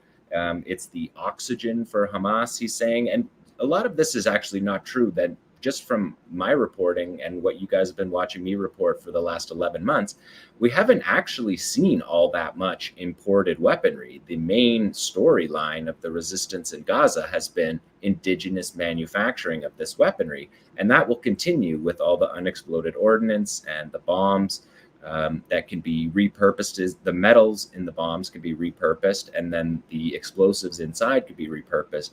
This battle isn't dependent on smuggling weapons, and we've seen that. We've observed it for many months now. But in the face of these 6 soldiers being executed, apparently executed, Netanyahu decided to double down on the Philadelphia corridor and essentially gave this hour-long speech where he said that October 7th gave Israel international legitimacy that it will never have again. And as soon as they leave in the first stage of the agreement that Israel agreed to, their troops would pull back eastward out of the population centers. And so he's going against that. And that's why Hamas hasn't been negotiating in these last couple rounds of negotiations, because Netanyahu changed the goalposts and is creating a situation where he's forcing Hamas to accept a permanent occupation of Gaza, which is something that that no Palestinian leader should accept. And so the ceasefire talks are essentially a farce. They're done. And so maybe we have some communicating happening between Qassam and Netanyahu here, and that may be the link to those prisoners being killed. But yeah, Netanyahu's main point is we'll never get this chance to genocide again. If we leave here, he says it here. He says, if I were given the choice between the Philadelphia corridor or retrieving our hostages, I would choose the Philadelphia corridor. So he's made a really stark split here. And that's part of the reason that Israel is reacting in a way on the streets that we haven't seen for the whole war and never saw for any treatment of Palestinians. So yeah, let's take a look at these next couple here. This is Abu Abed saying that we affirm the price we will take in exchange for 5 or 10 living prisoners is the same price as we would have taken in exchange for all the prisoners if the enemy's bombing had not killed them. The Israelis believe 33 of their people are dead already. Back in the spring, Qassam put the number closer to 70. So it's unknown how many are still alive. But Qassam has been consistent with this principle that they're not going to kill all the hostages and end the prisoner exchange agreements. Palestinian prisoners are going to be released from prison. And so they made it very clear in this one. If we look at the next one, he talks about directly here the Nuseirat raid. The Nusrat raid was in June, early June. We'll remember that, where 3 captives who were living above ground in a family home, walking around the market, not living in the tunnels, being treated very well, were rescued, quote unquote, by Israeli forces that killed 275 Palestinians and wounded 950 in one of the worst massacres, maybe the worst massacre of this war. And Abu Ubaidah said at the time that we say to everyone clearly that after the Nusrat incident, new instructions were issued to the fighters assigned to guard the captives regarding how to deal with them in the event the occupation army approaches their detention. So whether it's true or psychological operations that we're looking at here, 𝐤𝐿 is definitely not denying doesn't appear to be denying the execution of these soldiers at this point. And yeah, like I said, the Israelis believe 33 are dead, and 𝐤𝐿 has said more than 70 are dead already. And this next poster we'll look at here lays it out pretty straight. There was some speculation over the course of the weekend what happened and what the facts of this were. And then 𝐤𝐿 released this poster on Monday that I guess is a pretty clear message. The poster says, exchange deal equals freedom and life. Military pressure equals death and failure. And they released a text message from Abu Ubaidah, a written message from Abu Ubaidah, the spokesperson for 𝐤𝐿, on Monday. And he said, Netanyahu and the occupation army alone bear full responsibility for the deaths of the captives, as they deliberately obstructed any prisoner exchange deals for narrow interests, in addition to intentionally killing dozens of them through direct airstrikes.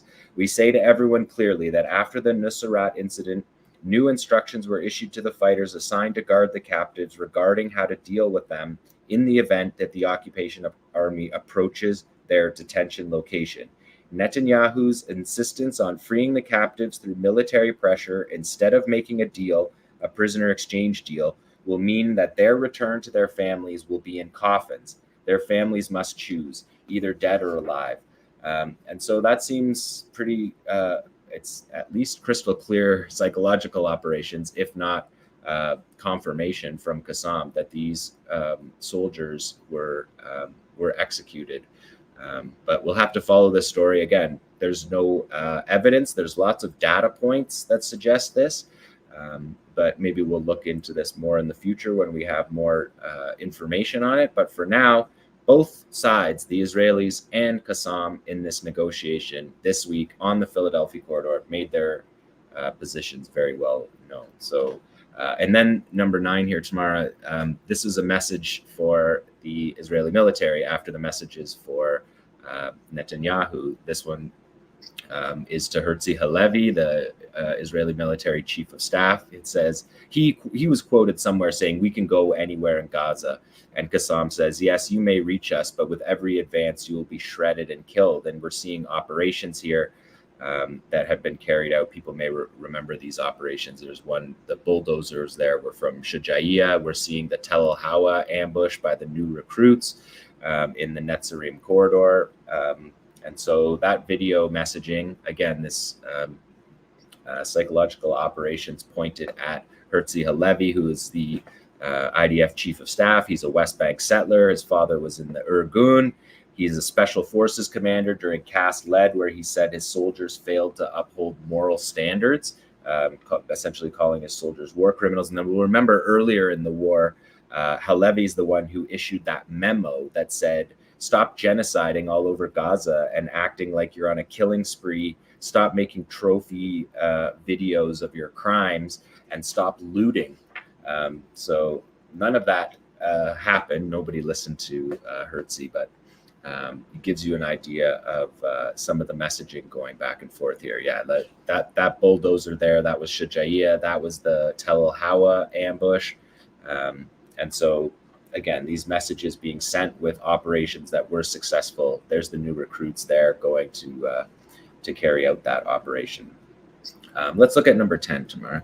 This is a sniper operation in Zaytun. The Israelis are attempting to widen the Netzarim corridor slightly into Zaytun here. And you can see that the Israeli soldier there punching out that hole there. And the Palestinian spotter says, oh, they're making a hole in the wall. Here's the soldier, and here's the soldier visible in the window. And he goes, oh, come on, man. And you can see we've blurred out the soldier who's about to get one. And he did not survive from that shot. Doing some basic calculations about the time and speed of the bullet gives you something around 1,200 meters for the distance of that sniper operation. So pretty successful from a long distance. And that's why the corridors are being expanded. And that's why Israel creates buffer zones, because these weapons can reach out and touch them, and have been. Let's look at number 11, because right after this one tomorrow, they sent out another message. So many messages sent out by video this week by Qassam. This one with a nice touch with the Hebrew on the wall. It says the Al-Ghul sniper is aimed at the terrorist occupiers. That's what's written on the wall. Your flak jacket will not help you. Your helmet will not help you. You have no hope. Our land is forbidden to you. You will leave it. It is certain. Those were the communications. And just loop it back around tomorrow, because I want to give you the edits. We had to edit out what we always edit out of the videos. We had to do that this time, but this video is excellent, and you should go check it out, because after we cut here, they actually show 11 Al-Ghul sniper hits, and they do it in the order that they said, through the helmet, through the chest plate. So we saw the officer that was killed from the Shifa raid, that led the Shifa raid, who was killed in Tel El-Hawa, remember back early in the year. He gets it through the flak jacket plate. Tel El-Sultan operation, where a soldier gets it through the helmet, clearly visible. They show the 2-for-1 kills when one bullet killed 2 soldiers in Beit Hanun. People remember back that. We've covered all of these operations. The one in Shujaiyah, where the tank commander is poking his head out of the hatch. That was also in the helmet. Another one from Rafah with a soldier in a window, Netzarim corridor in Tel El-Hawa, and then the second shot from the Beit Hanun ambush. So that made it 3 kills with 2 Al-Ghul bullets, and one more in Tel El-Hawa. So, and they came just one after another in the edit. So it's an excellent edit. And the point here is the Al-Ghul is going to get you no matter where you are. And number 12 here is a Soraya Al-Quds ambush. This is in Tel El-Hawa, in the operations that the Israelis are doing to expand the corridor. We're going to see 3 fighters here run up on an Israeli military position and take it right to the living room of their operation. So you're seeing the targeted building, and here the fighters. There's 3 fighters advancing, 2 with small arms, 1 with an RPG with a thermobaric warhead, and he's got a second warhead he's carrying in his bag there. That's what you see sticking out of his bag. The Israeli military is in the building that they're going to here. They're about to jump out and surprise them. And the fighters on their way over said, today we are in full readiness until the liberation of Palestine. We are here. And the fighters were talking about their ammunition, and they were loading up their 30-round AK-47 magazines, and saying, we get 60 bullets for each soldier. Don't be stingy. A magazine for each soldier, 30 for each soldier. And as the fighters are moving into position, the cameraman said, these soldiers are heading it right into their room to wipe them out.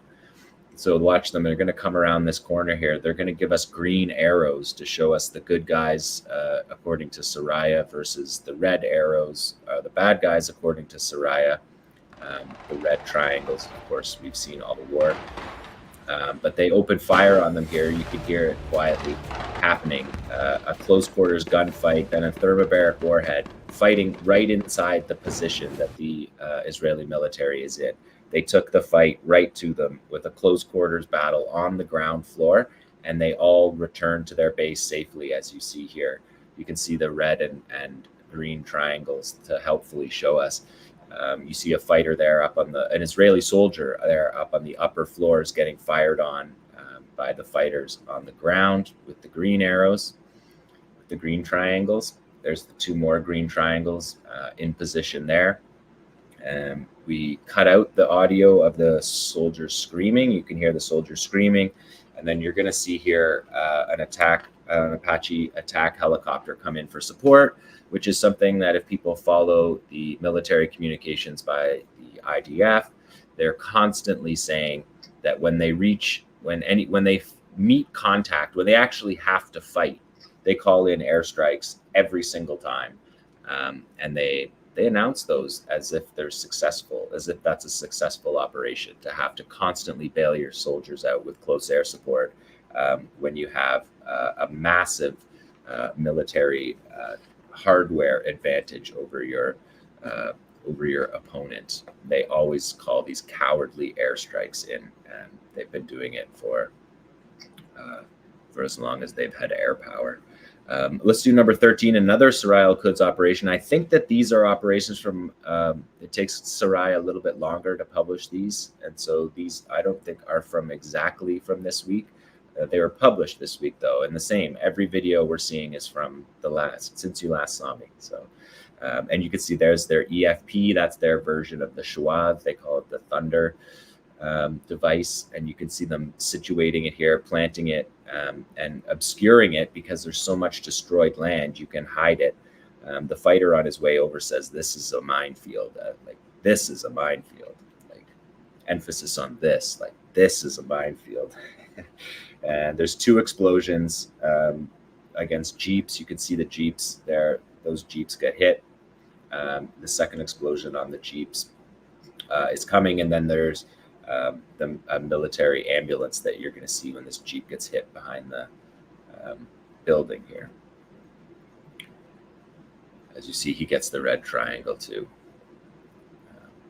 And so there, he's hit. So two vehicles, 2 Jeeps that don't do well against an explosively formed penetrator, an EFP.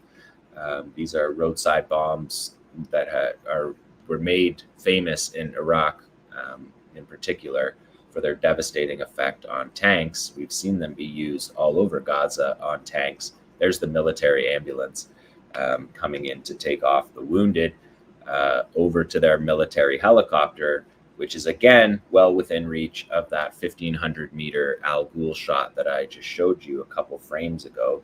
So again, maybe it's psychological that they're not touching them. This one's a little bit further away, but not by much, and definitely within range of many weapons that the resistance has, but no targeting of the medics.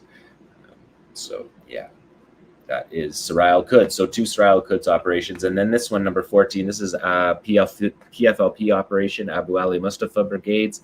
You're going to see them here setting up their rocket artillery, their 107-millimeter rocket artillery, and they're noting, the fighter's saying here, we don't have the volume on him, but he's saying that this is, where is he saying it here? On the anniversary of the martyrdom of our teacher and inspirer Abu Ali Mustafa, we renew the pledge and covenant to blood of the martyrs that watered the homeland in Tulkarm, Nur Shams, Tubas, Jenin, Nablus. We swear 1,000 times we will not untie the rope that hangs the enemy. Your blood will remain a beacon of light on the road to liberation. So PFLP, shout out to their leader, assassinated. Abu Ali Mustafa was assassinated in 2001 by a helicopter gunship in his Palestinian Legislative Council office, sitting behind his desk. An Apache fired 2 missiles into his office and killed him. And in response to that, the PFLP cadre carried out one of the most legendary operations in the history of Palestinian resistance when they assassinated Hatem Zevi, who was a far-right minister in Ariel Sharon's government who advocated for the transfer of Palestinians. In fact, he was a Homeland Party, had only one platform advocating for the transfer of Palestinians. And the PFLP fighters penetrated from the West Bank through the checkpoints, through security, into Jerusalem, into Israeli West Jerusalem, and killed him in his hotel where he was working. And they escaped. All of them escaped. All 4 of them escaped. And Israel couldn't find those assassins for a long time. They actually never found them. The PA found them and exchanged them in a dirty deal that we don't have tons of time to talk about, but where they exchanged the freedom of the 4 assassins, the heroic assassins, to lift the siege on Arafat's Muqatta in 2002, and they were imprisoned in Jericho. Ahmed Sadat as well, and your faithful correspondent met Ahmed Sadat in prison in Jericho. We spent a day together with him and the assassins, Hamdi Quran, and it was one of the most formative events of my life for sure. And those fighters are heroes all over the West Bank, of course. So that rocket attack for the West Bank ends our Gaza segment, but it segues perfectly into our West Bank segment because, of course, the West Bank, we'll pull up a couple maps here. Thanks to Maxwell for throwing these maps for us. We're going to show you the West Bank and then the focus in on the north of the West Bank, where the operation is happening in Tubas, Tulkarm, and Jenin, and Nablus as well. And those places, those 4 places, they make up the Triangle of Terror. And that name doesn't come from the Israelis. It comes from the British, and it comes from the resistance that started in the 1920s and carried through. Izzeddin al-Qassam, killed in the hills around Jenin with his armed group that essentially launched the armed struggle, the Black Hand.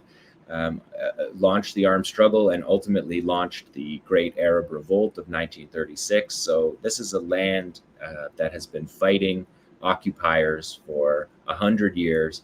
They know how to do it. And the main weapon that they've been using here, you can see they're focused in. Nablus is the center. It's the high point on the mountains. You cross the mountains into Jenin.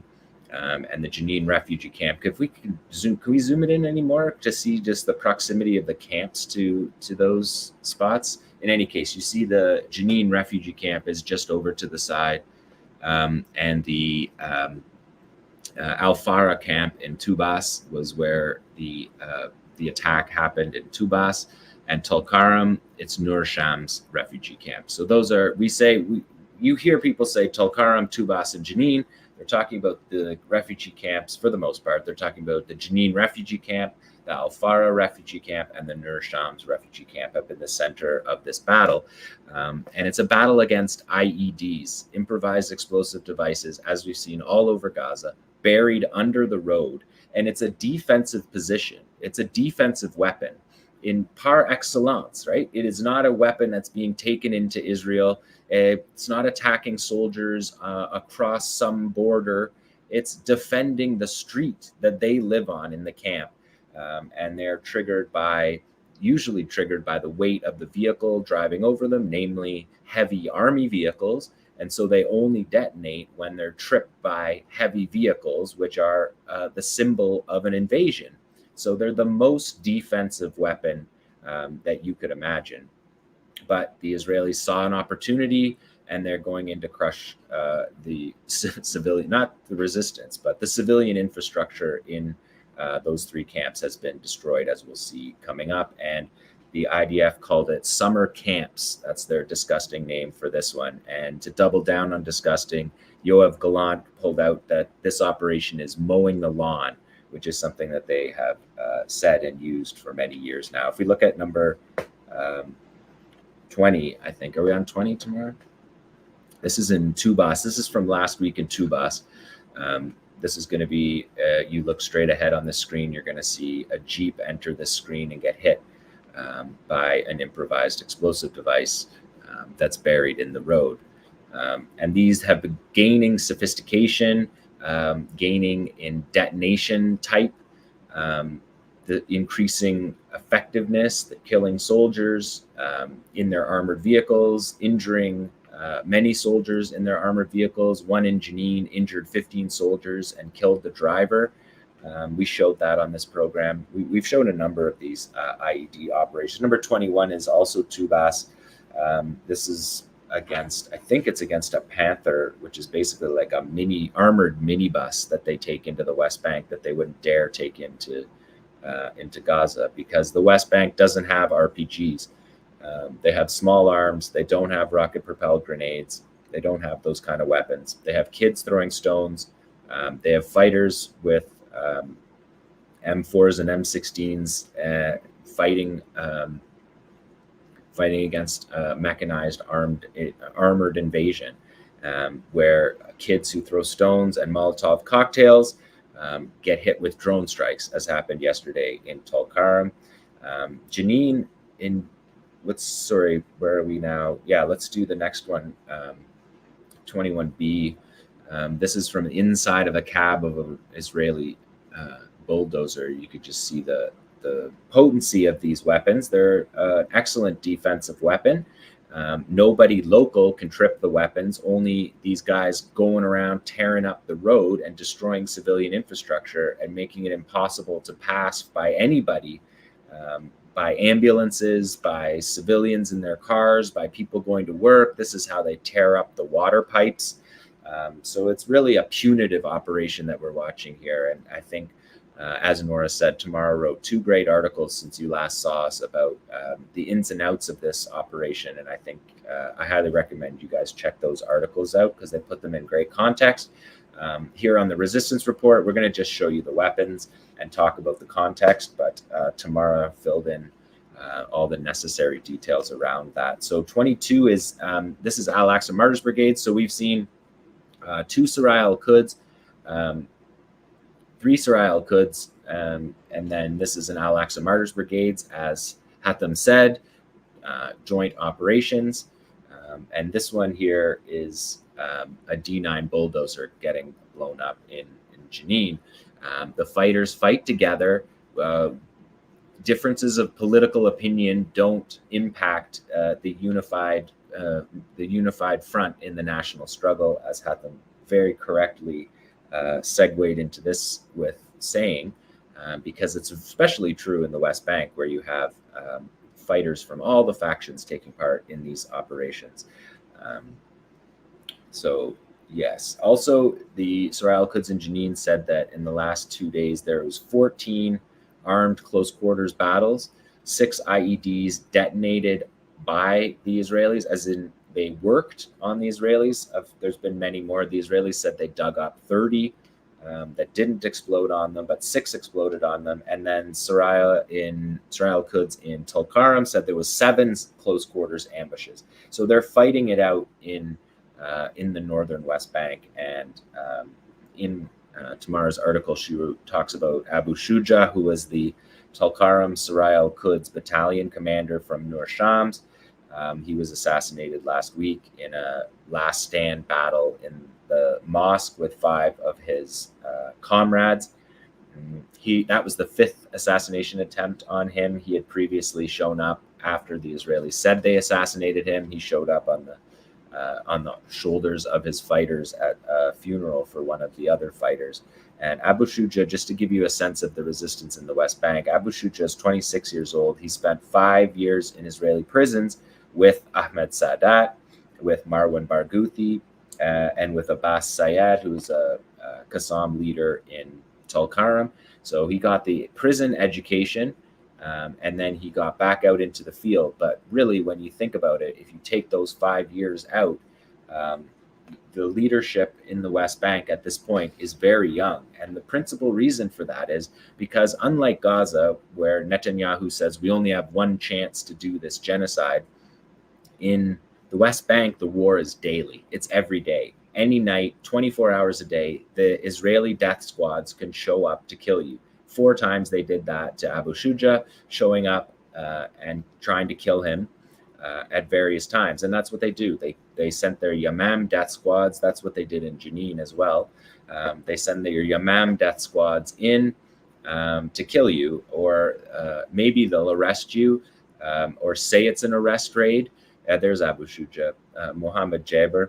His brother's in prison. His other brother was killed in the battle. So you see a lot in Abu Shuja of what's a symbol of the West Bank. His brother's in prison. His brother's killed. He's fighting with his friends. He's leading the movement at 26 years old. They're not getting leadership from 40 and 50-year-olds who are veterans of the Second Intifada, because those people are in jail or were killed by assassination campaigns in the period of the Second Intifada when they had that opportunity. So shout out to Abu Shuja. He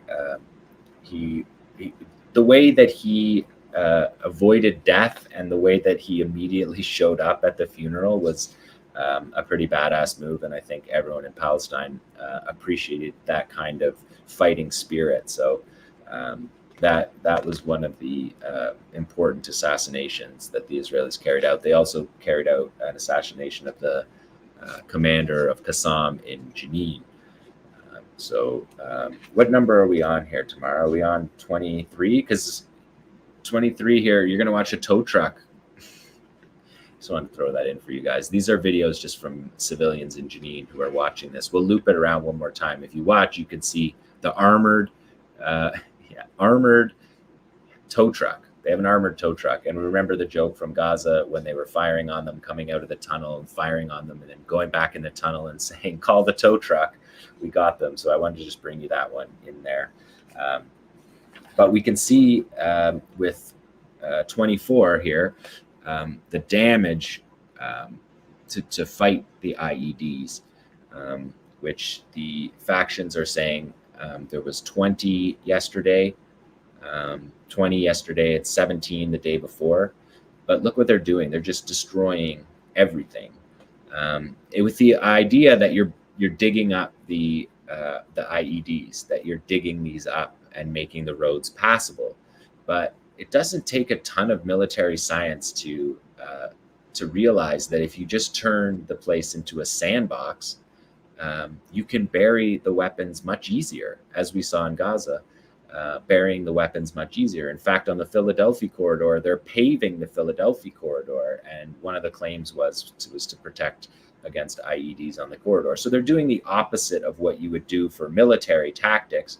So they're destroying the roads and making it easier to plant bombs. And then the roads are destroyed so you can plant heavier bombs deeper down, and then they repave the roads over top. So it's a ridiculous strategy that is punitive. But here we're seeing right now on screen why it takes place. It blocks the ambulance, it destroys civilian life, it cuts off the water supply. As Nora reported in her introduction news, they wiped out the water, the power, everything. So that was Nur Shams. This is now Jenin, looking, if possible, even in worse shape. People, you can see there's just no military purpose to this. They're smashing people's shops. And this is stuff I reported from Jenin for a number of years in the Second Intifada. And they didn't do this road digging in the same way. But they would drive their tanks into these shops in the same way and just destroy that guy. That random guy's shop is destroyed. And when I look at these piles of dirt, the first thing that I think of is literally my first day on the street fighting in the Intifada as a journalist. And the tanks would come through, and the tank would run over every single telephone pole. So it's slammed to the ground, sparks would fly one after another all the way down for no purpose, just smashing them. They would drive over the cars, flatten the cars, and then the tanks would leave out the side of town to do their patrol.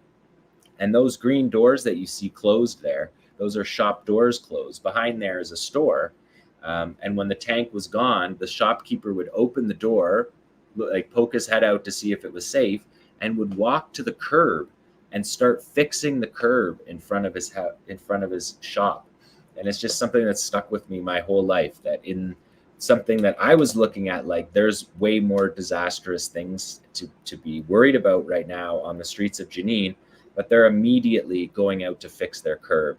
And you can see that spirit all over Gaza. We saw it in Nora's hospital, rebuilding Shifa Hospital. You see it in families sweeping out their bombed out houses to live with no roof or no wall, but to live in their home and to clean it up and to clean the streets up. You see it, if you can watch videos, you can see them on social media. You just look in the background, you'll see people cleaning up the streets.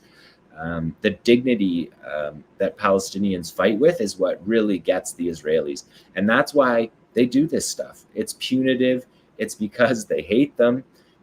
There's no military gain by this. If anything, you're creating fighters, as we always say, by being just such brutal examples of humanity at every turn, you're creating more fighters. So that's Jenin. And as Hatem said, he's right. 10,400 is the updated number of arrests. There was 180 arrests so far in this campaign in the West Bank, 10,400 since October 7th. Just real destruction. And as I said, Yoav Gallant said, we're mowing the lawn. Soon we will pull from the roots and wipe out these organizations entirely. So the way the Israelis are framing this is that this is giving their forces freedom to operate. So they'll now be able to come back in and not worry about IEDs, when really what's going to happen is they're going to have twice the size of the IEDs because it's much easier to bury them.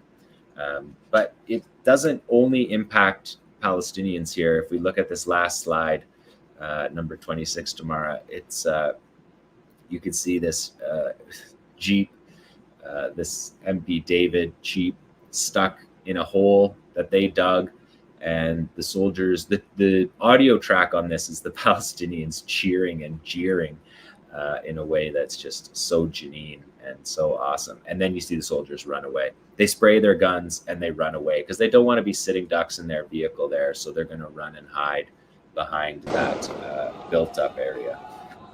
Oh, here we go. You can hear them. The soldiers are firing, but they're just getting heckled by the people who are having their city destroyed. Because the Jenin refugee camp is a city, right? They're not tents. This is a refugee camp. Soon after the camp was established, they started building homes because you can't have tents on the ground indefinitely. And so they started building homes. And this is a city that is home to a lot of people, and it's being destroyed for no purpose other than punitive military action. So that is the West Bank and the northern West Bank. We went from the south of the Gaza Strip to the north of the West Bank. If you didn't see the other segments, if you're seeing this segment cut, go find those other segments, and also find Abubaker and Hatem's excellent introduction to the show and Nora's newscast. All been a packed show and an excellent show so far. So that is the Resistance Report from here. Thank you so much, Jon. I love how you said it's so Jenin, that last slide.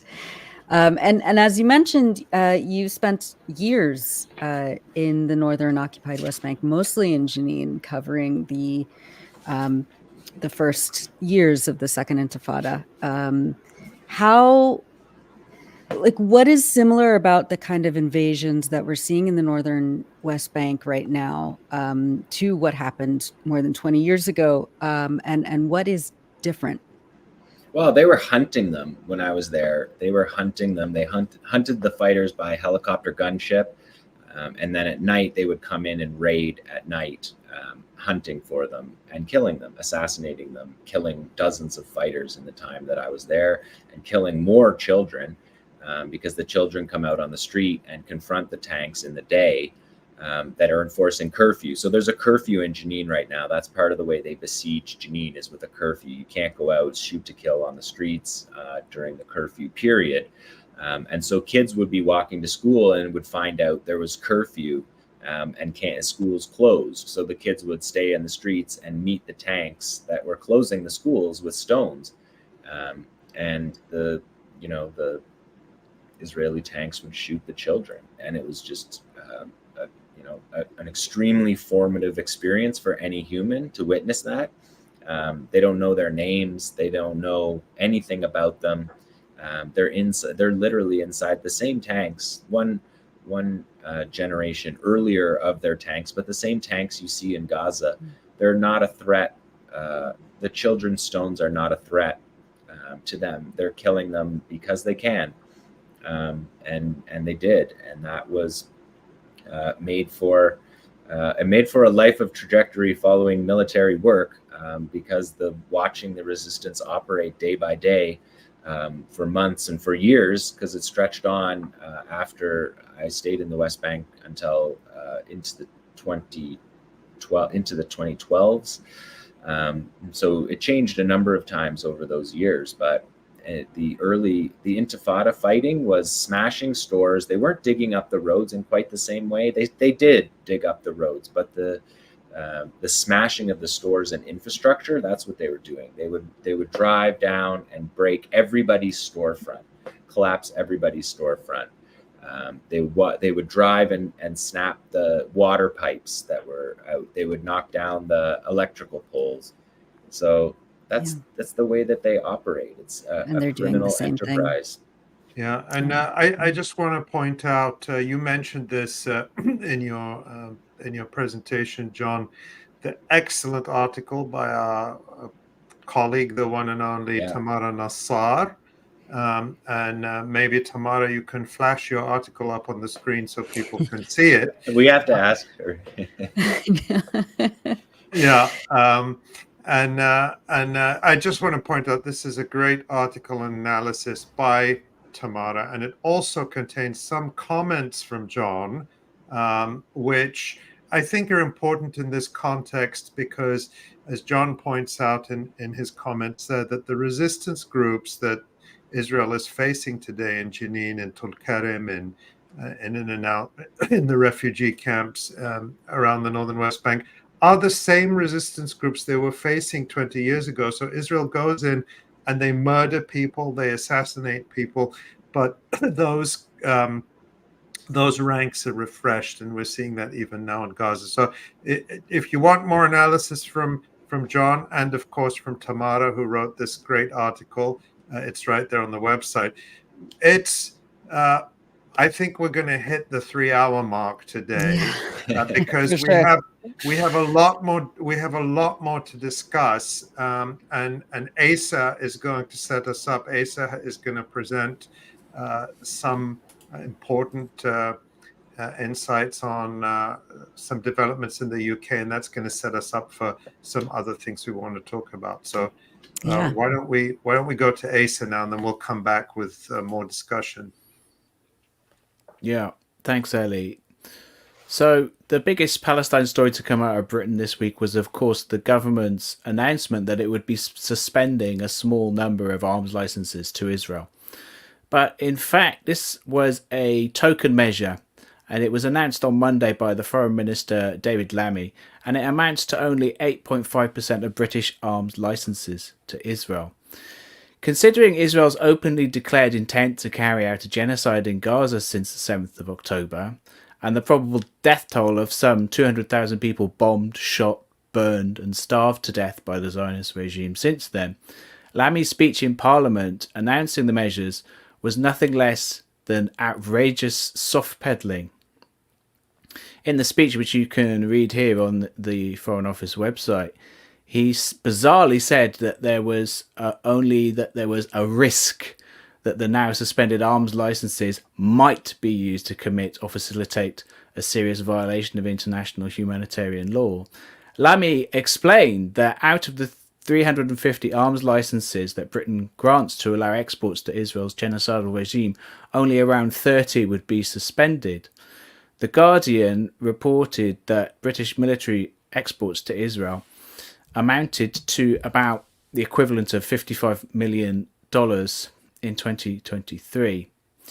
The Foreign Minister explicitly clarified that the biggest component of Britain's support for the Israeli genocide in Gaza would carry on as normal, and that is the 79 British companies that supply parts for the F-35 bomber jets currently being used to help annihilate Gaza.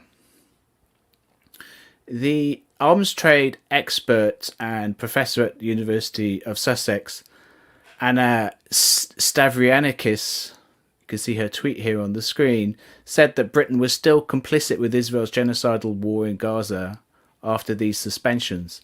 And remember, these are only temporary suspensions of even this pitifully small number of arms licenses. And this is in no way an arms embargo. Several British governments in the past have carried out similar tokenistic exercises, only to reverse them at a later date when campaigning has died down. And in fact, this measure that David Lammy took was far less than other governments have taken in the past, even including some conservative governments. In his speech, David Lammy was at pains to point out that, quote, "This is not an arms embargo," he said it explicitly, and that the measure would not, quote, "have a material impact on Israel's security."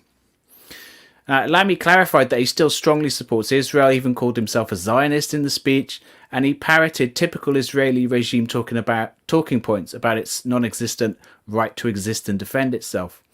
The subtext of the speech was very clear. David Lammy and the rest of the British regime are still strongly supporting Israel's genocide in the Gaza Strip, an exterminationist campaign which is now threatening to engulf the West Bank too.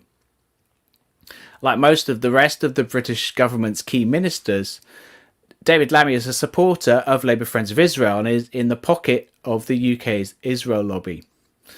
That fact, along with the British government's subservience to Washington DC, is why this government are highly unlikely to ever enact a real arms embargo on Israel. One of Lammy's first visits abroad after he was appointed to his post on the 5th of July this year was to occupy Palestine to meet with Israel's genocidal leaders. He met with Prime Minister Benjamin Netanyahu, you can see him here, as well as Israel's supposedly centrist President Isaac Herzog, who is a man who's so racist that he made clear in October last year that the, quote, "entire nation of Palestinians" was the target of the genocidal campaign in Gaza. Let's remind ourselves of that clip, if you could play that one tomorrow. Operating militarily according to rules of international law, period. Unequivocally. It's an entire nation out there that is responsible. It's not true. This rhetoric about civilians not aware, not involved, it's absolutely not true. They could have risen up, they could have fought against that evil regime which took over Gaza in a coup d'etat. But we're at war. We are at war. We're at war we are defending our homes. We're protecting our homes. That's the truth. And then when a nation protects its home, it fights. And we will fight until we'll break their backbone. So, yeah, that was Israel's President Isaac Herzog, who, like other Israeli ministers, has made explicitly clear that the entire Palestinian population is the target of the bombing campaign, of the genocide in Gaza, and not only the Palestinian fighters.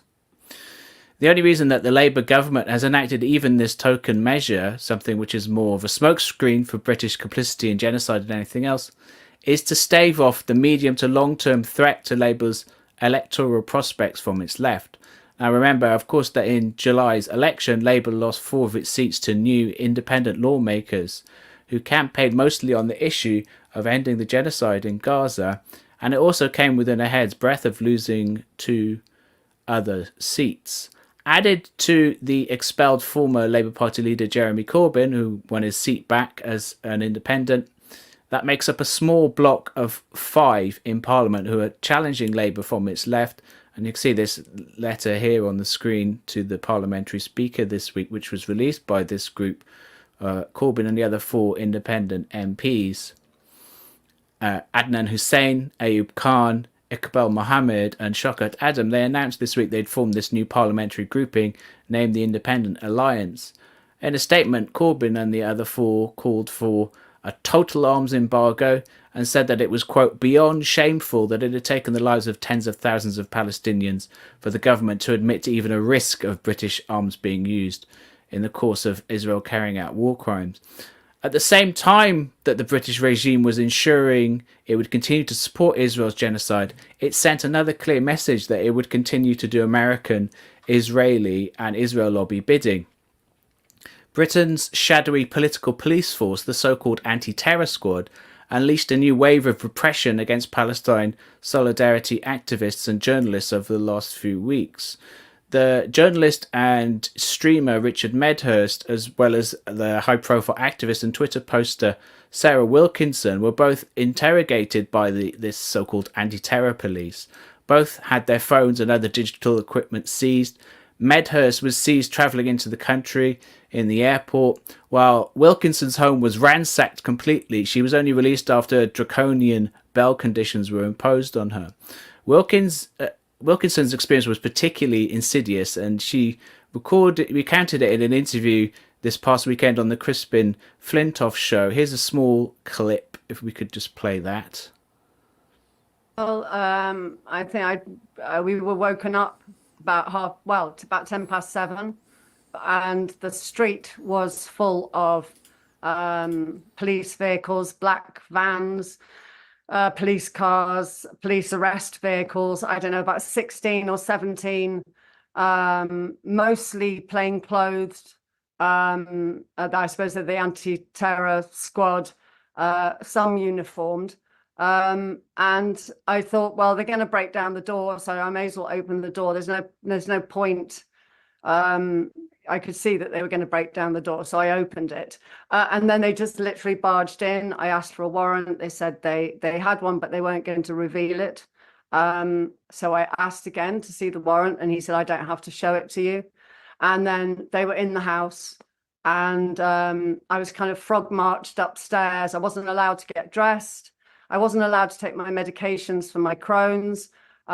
Basically, I wasn't allowed to do anything apart from, once I was upstairs, I said, well, can I at least take my dressing gown off? And they slapped these handcuffs on, so I couldn't even do that.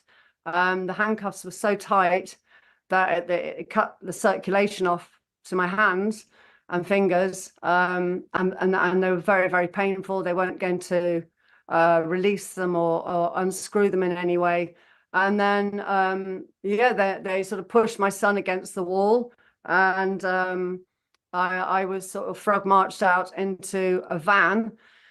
And during the time that I was away, these balaclava clad men, I mean, a lot of them unmarked, literally ransacked the house, took every piece of computer equipment, every phone, even phones that. Yeah, thanks, Tamara. You can watch the whole 45-minute interview. It's quite a long interview, but it's worth watching in full over on Crispin Flintoff's YouTube channel. And she goes on to explain that these draconian bail conditions were imposed, preventing her from using even a phone or any kind of computer or digital equipment. Similar repressive raids were carried out in December, as I reported for the Electronic Intifada back then, against the prominent Palestine solidarity activists Mick Napier from the Scottish Palestine Solidarity Campaign and Tony Greenstein, who, as well as being a prominent activist, is of course an occasional Electronic Intifada contributor and an author of a book about Zionism during the Holocaust. Greenstein's electronic devices were also confiscated, and he was banned by bail conditions from posting on X, formerly Twitter. However, Tony is now happily posting again on the platform after his lawyers successfully challenged that particular bail condition in court, so we can only hope that Sarah Wilkinson has good lawyers. Wilkinson's, she's going to need them because her bail conditions were far more stringent and seemed to prohibit her from even using a phone at all, from taking part in modern society whatsoever. We're so reliant on phones now and internet access just for doing everyday things. Furthermore, according to her full account as given on the Crispin Flintoff show, the police didn't single out any particular tweet that she had made that was supposedly that they had accused of being against the law, illegal, but rather what was presented to her lawyer when she was interrogated was effectively a whole year of her posts on the platform. The General Secretary of Britain's National Union of Journalists this week, together with the General Secretary of the International Federation of Journalists, wrote to Matt Jukes, the head of counter-terror policing, scare quotes, to ask for an urgent meeting about the situation. And in that letter they said, quote, the police's actions risks a chilling effect on journalists fearing arrests for carrying out their work.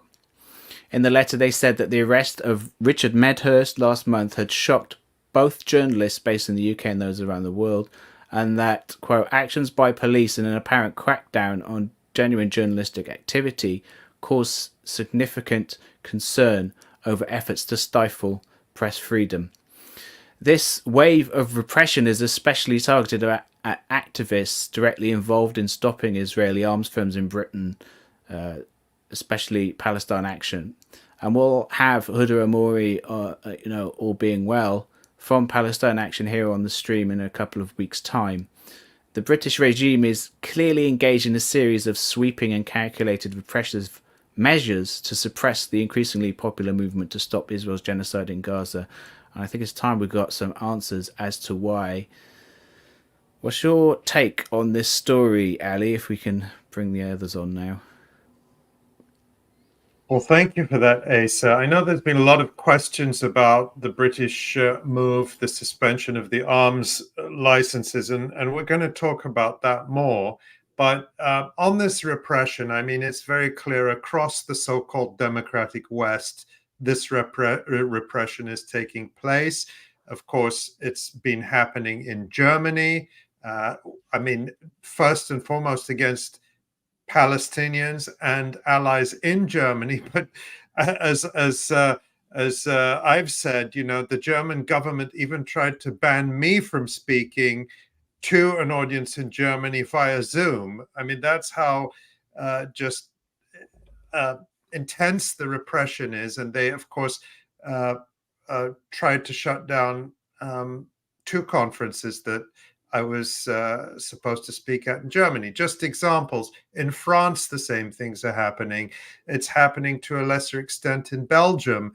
It happened to our colleague David Cronin a few months ago when he was supposed to speak at a conference in the Netherlands.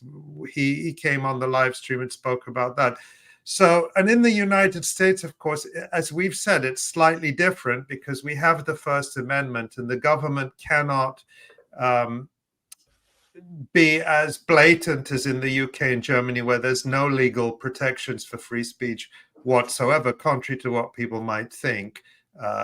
It just doesn't exist. There's nothing like the First Amendment.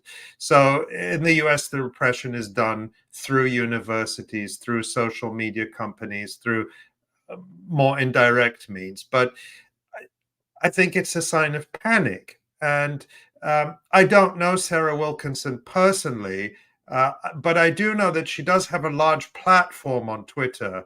And so she reaches a lot of people, and she pierces, as do others who, in independent media, on social media, she pierces the information bubble created by official government media like the BBC, which takes its orders directly from the Foreign Office and directly from the government and reflects government policy, just like any other state media in any so-called third world country, even though the BBC pretends to be independent. So this is really, in a way, the British government enforcing its monopoly on speech. And that's what, protecting the BBC's monopoly to propagandize the population and to lie to them about this genocide. Yeah, and again, it's a way to try to create this chilling effect. Whether it's here in the U.S. or in the U.K. or elsewhere in Europe, to try and intimidate people from being critical of Israel's genocide in Gaza and the politicians that support, encourage, and cheerlead it. So yeah, we're gonna. I'm looking forward to speaking with Huda of Palestine Action next week here on the live stream. But in 2 weeks. Yeah. In 2 weeks. In 2 weeks. That's right. I wanted also to bring up the point about the UK arms exports that you explained, Asa, because that's had an effect here on this side of the Atlantic as well. Ali, what can you say about the State Department's willingness or lack thereof to even consider arms export bans or restrictions? Yeah, and of course, Asa's points are well taken about this being largely cosmetic in the UK. But people should take it and demand more. Just the same as what happened in Canada a few months ago when they announced that they were going to not issue any new licenses, but the existing licenses remained in effect. So again, it was sort of a partial move to try to appease public opinion. But this was taken as sort of a precedent that could happen in the US, or people were raising the question. A journalist asked the State Department spokesperson, Matt Miller, about this at yesterday's briefing, and we can watch a short clip from that tomorrow. This would be clip number 1. We are working on a deal to get all of them home. Okay, I have one more question on the UK's decision to suspend some arms shipments Go ahead. to Israel. Has that... You can have 8 questions. I'm sorry. We've all been gone for a while. fair, We haven't fair. been briefing a while. Has that changed the US's position on whether international humanitarian rights have been violated in Israel? Is the U.S. rethinking any of its arms exports? No, this is a decision that the United Kingdom made based on its assessment under its own laws. We have our assessments that are ongoing when it comes to looking at possible violations of international humanitarian law, and those continue to be ongoing. Okay, the last we heard of those publicly was in April with the National Security Memorandum. There's been no update since April about the U.S.'s visibility into use of U.S. weapons? No, there continue to be a number of cases that are under review. As you know, it's an ongoing conflict. Oftentimes, when you look, when it comes to looking at specific cases, there are differing accounts that we have to sift through to try to gather information about actually what happened. There are, as I said, a number of incidents that are under review, and those remain under review. I don't have any update on them. Thank you. So that's we are working on a deal to get all. Yeah. So there we have Matt Miller. His first answer, will the U.S. consider suspending arms export? No. And he actually repeats that again later on.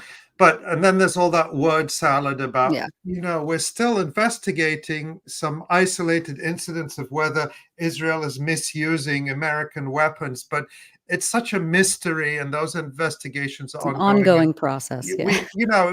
Nobody has any idea what's going on in Gaza. Like, there's just no way to tell. And it's an ongoing process that takes forever.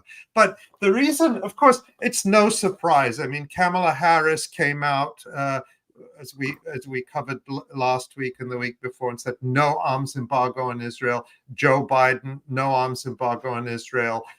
They've been clear about that. But the reason why I'm highlighting this now, even though it's not new, is because in the last few days, there's been this news that in the next, I don't know when, he's going to take his own sweet time, because for the people of Gaza can wait forever, apparently. Joe Biden is going to come out with a final take it or leave it ceasefire deal, which Israel and Hamas are going to have to just make up their minds. They have to take it or leave it. And of course, what Matt Miller is signaling here is, if you're giving an ultimatum, well, you're taking off the table any possible leverage or pressure with Israel. And you're saying to Israel, this is take it or leave it. But if you don't take it, we're just going to keep supplying you with the bombs, the bullets, the weapons to keep doing what you're doing. There are going to be no consequences. So this again just underscores that the whole idea that the U.S. government, and whether that be Joe Biden or Kamala Harris, that they're working tirelessly for a ceasefire, to use the words of AOC, Alexandria Ocasio-Cortez, is just utter nonsense. No serious effort to pressure both sides would take off the table the notion of an arms embargo or suspending some arms, and that's what Matt Miller just did. And so this whole, the whole notion of the take it or leave it offer is just completely ridiculous. There's nothing new. Hamas has responded to this news, by the way. I should say, I watched that Matt Miller press briefing, the whole thing, so that nobody else has to.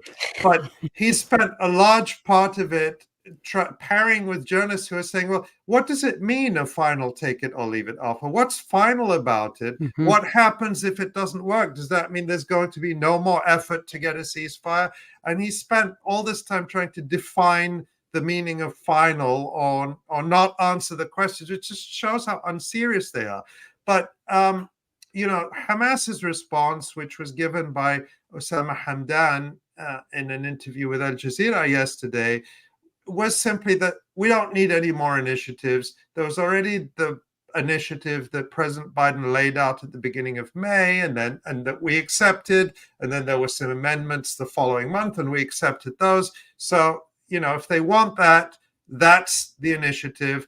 There is going to be no deal that doesn't meet the basic requirements of the resistance and of the Palestinian people, which is an end to the war, not just a pause so that Israel can go back to killing people after they get the Israeli captives out, those who survive, an end to the war, an end to the siege, humanitarian aid, people going back home, and of course a full Israeli withdrawal from Gaza, including the Netzarim corridor and the Philadelphia corridor, which, as Jon explained to us, Netanyahu this week, perhaps worried that a deal could happen, decided to up the ante and say, oh, we're never leaving the Philadelphia corridor. And of course, that means no possibility of a deal. But interestingly, just in the last day or two, I think we have that story somewhere. I did on my screen. The plans for the Rafah crossing. Well, that's one of them, but the other one is, this one. I'm going to drop this in the chat, Tamara, and this is just sort of developed over the last overnight in the last few hours of Israel, or at least some Israeli officials, because we don't know who actually speaks for Israel these days, other than Tony Blinken. He seems to be the only person who can tell us what Israel has agreed to and what it hasn't. But this story from the Times of Israel and also it's been reported in Haaretz and in some other press, that Israel is trying to backtrack from Netanyahu's position that we're never leaving the Philadelphia corridor by saying, well, we will leave, but it won't be until the second phase or the third phase or whatever it is. So they're trying to backtrack. But Nora, you were pointing out the conditions that the U.S. might try to impose on the Rafah crossing, which of course is the crossing with Egypt, between Gaza and Egypt, that is at the so-called Philadelphia corridor. What did the Washington Post say about that? Right. So I'm reading from Al Mayadeen, the Lebanese publication that kind of summarized the Washington Post. So I don't have to click the Washington Post. But Al Mayadeen, I think we have the link. Anyway, Al Mayadeen says a senior U.S. official has disclosed that the formation of a Palestinian force trained by the United States is emerging as the most likely U.S.-led solution for securing the Rafah crossing, as reported by the Washington Post. This development aligns with the European Union's readiness to resume its role in monitoring the Rafah crossing in cooperation with the Palestinian Authority, according to the U.S.-based newspaper. So, and I guess I had forgotten that the European Union had a kind of temporary role as hall monitor after the Oslo Accords at the Rafah crossing. Well, it was actually in the early 2000s. Yeah. Yes. It was an EU mission called UBAM, European Union Border Assistance Mission. And the point of this was, again, as the Palestinian Authority does, as the EU did in that setting, when you go to the crossings at the between Jordan and the West Bank, and you go through, where Palestinians go through, Palestinians are actually greeted by Palestinian Authority officers wearing Palestinian Authority uniforms who check their documents and everything. but the Israelis are actually behind them, behind one-way glass. And it's the Israelis who actually decide who passes and who doesn't. And this was set up that way in the Oslo Accords, so that they could give the appearance that, oh, look, the Palestinians are in charge of this, when it's really the Israelis who are the puppet masters. And the Palestinian Authority also served that role at the Rafah crossing, and then the European Union stepped in to serve that role too, in the context of the Palestinian Authority being booted out of Gaza following its failed conspiracy with the United States and the United Arab Emirates to take over Gaza after the Hamas won the elections in 2006.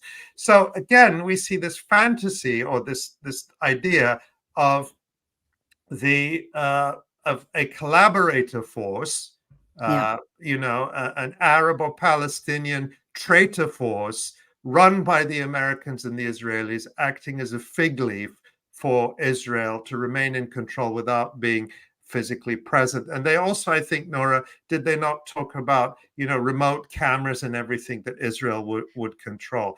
That's right. I guess my question, this is to you, Nora, to John, to anyone, is who gets the final say here? Does the United States get to decide what happens at the Philadelphia crossing? I think that's a question for John. Corridor?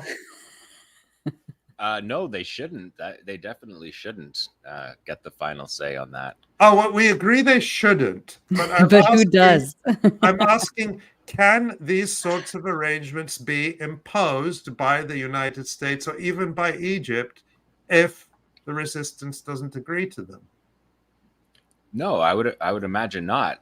The resistance has been very clear about foreign armies coming in to secure any of the systems inside Gaza. They consider that a hostile foreign occupation, and their principle on that is very, very clear. So I would be deeply surprised for that if there was maybe some kind of system where it was just for introductory moments to be passed off. Maybe, who knows, in this moment where genocide is really defining things. But I wouldn't wait and expect to see Hamas sign off on chunks of their territory being put under occupation, or to have a third-party country involvement. Right. I just don't. They're not going to do it. I don't see that, especially Hamas of all movements. They've watched the failure of the PA doing that and what that means. And I think I would be surprised by that. Yeah. I also would be surprised to see Israel hand the crossing back to Hamas at this point, the way that the Israelis behave and act. And it's a catastrophe. The closing of the Rafah crossing is a catastrophe. And it's a potential impasse. And I just want to throw that story up just so people can see it. Tamara, I don't know if we can get it up now. We had a little technical. I'll put it in the chat. But yeah, I mean, yeah, it's fine. We can. Yeah. We don't need to show it. But again, it was the story from the Times of Israel about how now they're trying to find a way to save face and get Netanyahu to back off the insistence on the Philadelphia crossing. Right. But I don't know if we should move on, just given the time. I did want to just address, because again, John talked about the apparent execution of the 6 Israeli soldiers, the prisoners of war in Gaza, one of whom was a dual U.S. American citizen. And of course, there has been a lot of attention to him and his family in the U.S. media and from U.S. politicians, especially since I think his family was actually featured at the Democratic National Convention. And the State of the Union. And the State of the Union. They trotted them out. And, I think even was that the the prisoner family, that the POW family that AOC also posed for a photo with? I think so. Yeah, I think they're was. the most out in front of any of the families. Yeah, and good for or sort of deemed useful for advocacy in the United States because of his dual U.S. citizenship. So Right. I hope we can show this clip. Again, this would be clip 2, and this is from Matt Miller at the State Department briefing yesterday. I think we're having some technical difficulties. okay. Oh, that's too bad. So All right. Hirsch Goldberg wasn't said that he was a soldier. They through all the campaign, it didn't say he was a soldier. We knew he was a soldier by doing the basic math, but then when he died, it was immediately photos published of him in combat uniform. And then yesterday in the newspaper, the Jewish Tribune, I think it was, combat soldier Hirsch Goldberg Polin was called an American for 11 months upon his death.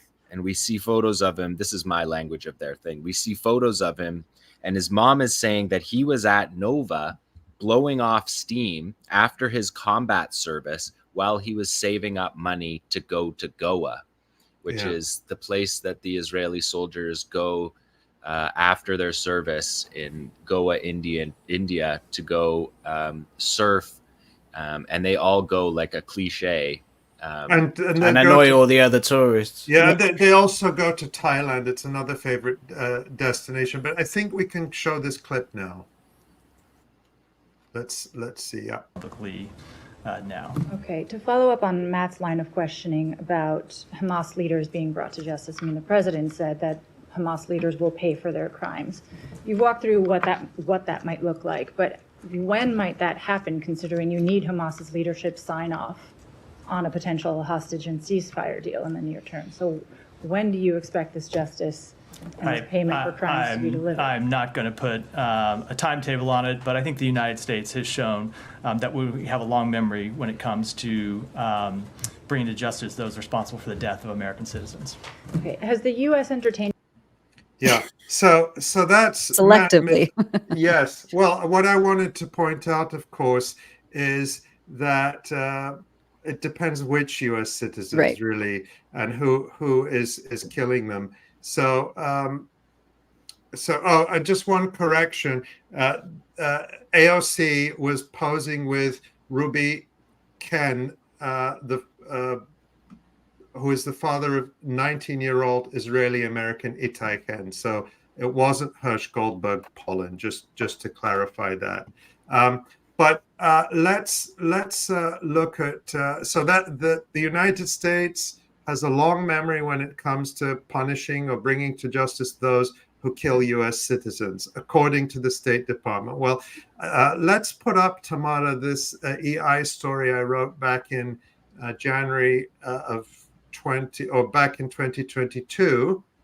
And this was the story about the murder by Israeli forces by a specific unit called the Netzach Yehuda Battalion of Palestinian elder Omar Assad, who was killed in his village in the West Bank. A Palestinian American citizen had worked 40 years to raise his family in the suburbs of Milwaukee, had made enough money to build a home in their village, had returned with his wife to live out their retirement years surrounded by friends and family, and he was murdered in a horrible way as he was on the way home from a relative's house. And he is a U.S. citizen. And if we put up the next link, Tamara, this is from a story from Al Jazeera, just from a couple of weeks ago, that after now more than 2 years, this happened in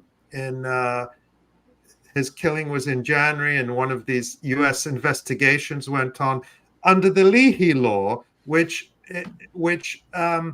is a U.S. law that says that it's illegal, that the United States cannot transfer weapons to foreign military units involved in human rights abuses. And this Netzach Yehuda Battalion is notorious, even among Israeli army units where there's a lot of competition, notorious for how brutal it is with Palestinians. And at the end of this long investigation, the US decided that it will not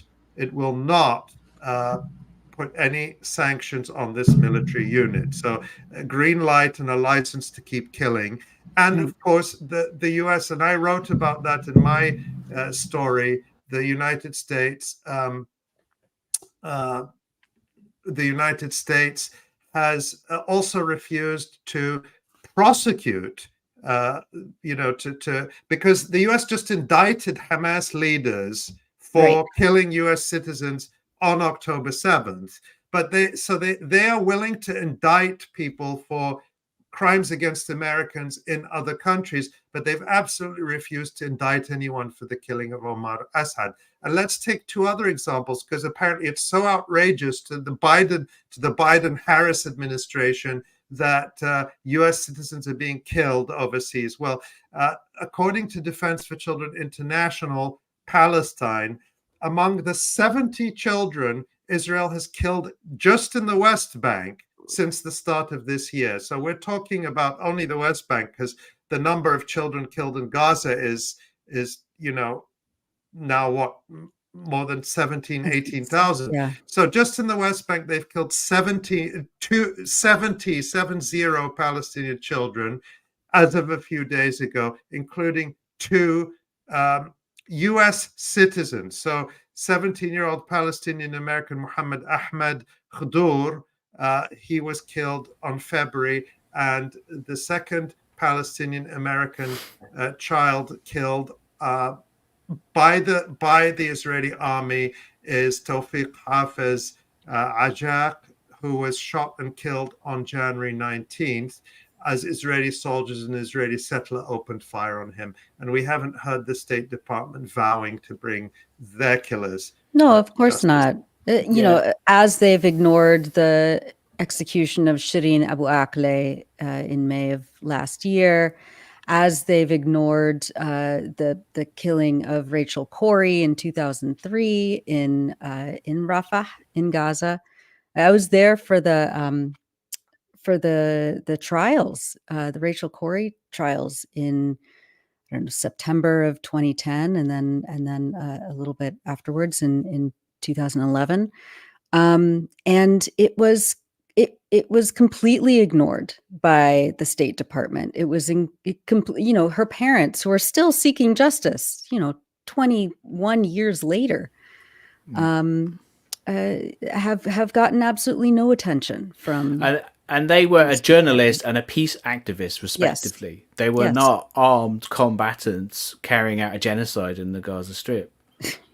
And of course the State Department is supporting the latter and not the former. That's These are the standards of the U.S. empire, and I remember Rachel Corrie's. I met Rachel Corrie's parents one time as well in London, actually, and they were completely ignored. And the family of Tom Herndl had a similar experience with their son, a photographer, peace activist, who was murdered also in Gaza by an Israeli army sniper, who was later convicted of doing so, shooting in the head. They had a similar experience with the British government. Misuse of a weapon, not for actually killing. I think And also he happened to be a Palestinian, a Bedouin Arab, and he himself said that he was made a scapegoat. May well have been true. It was a token sort of prosecution, and his family had a very similar experience with the British government.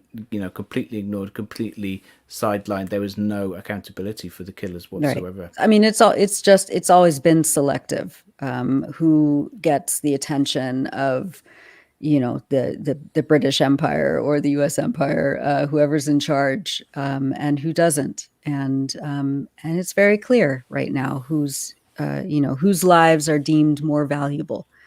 This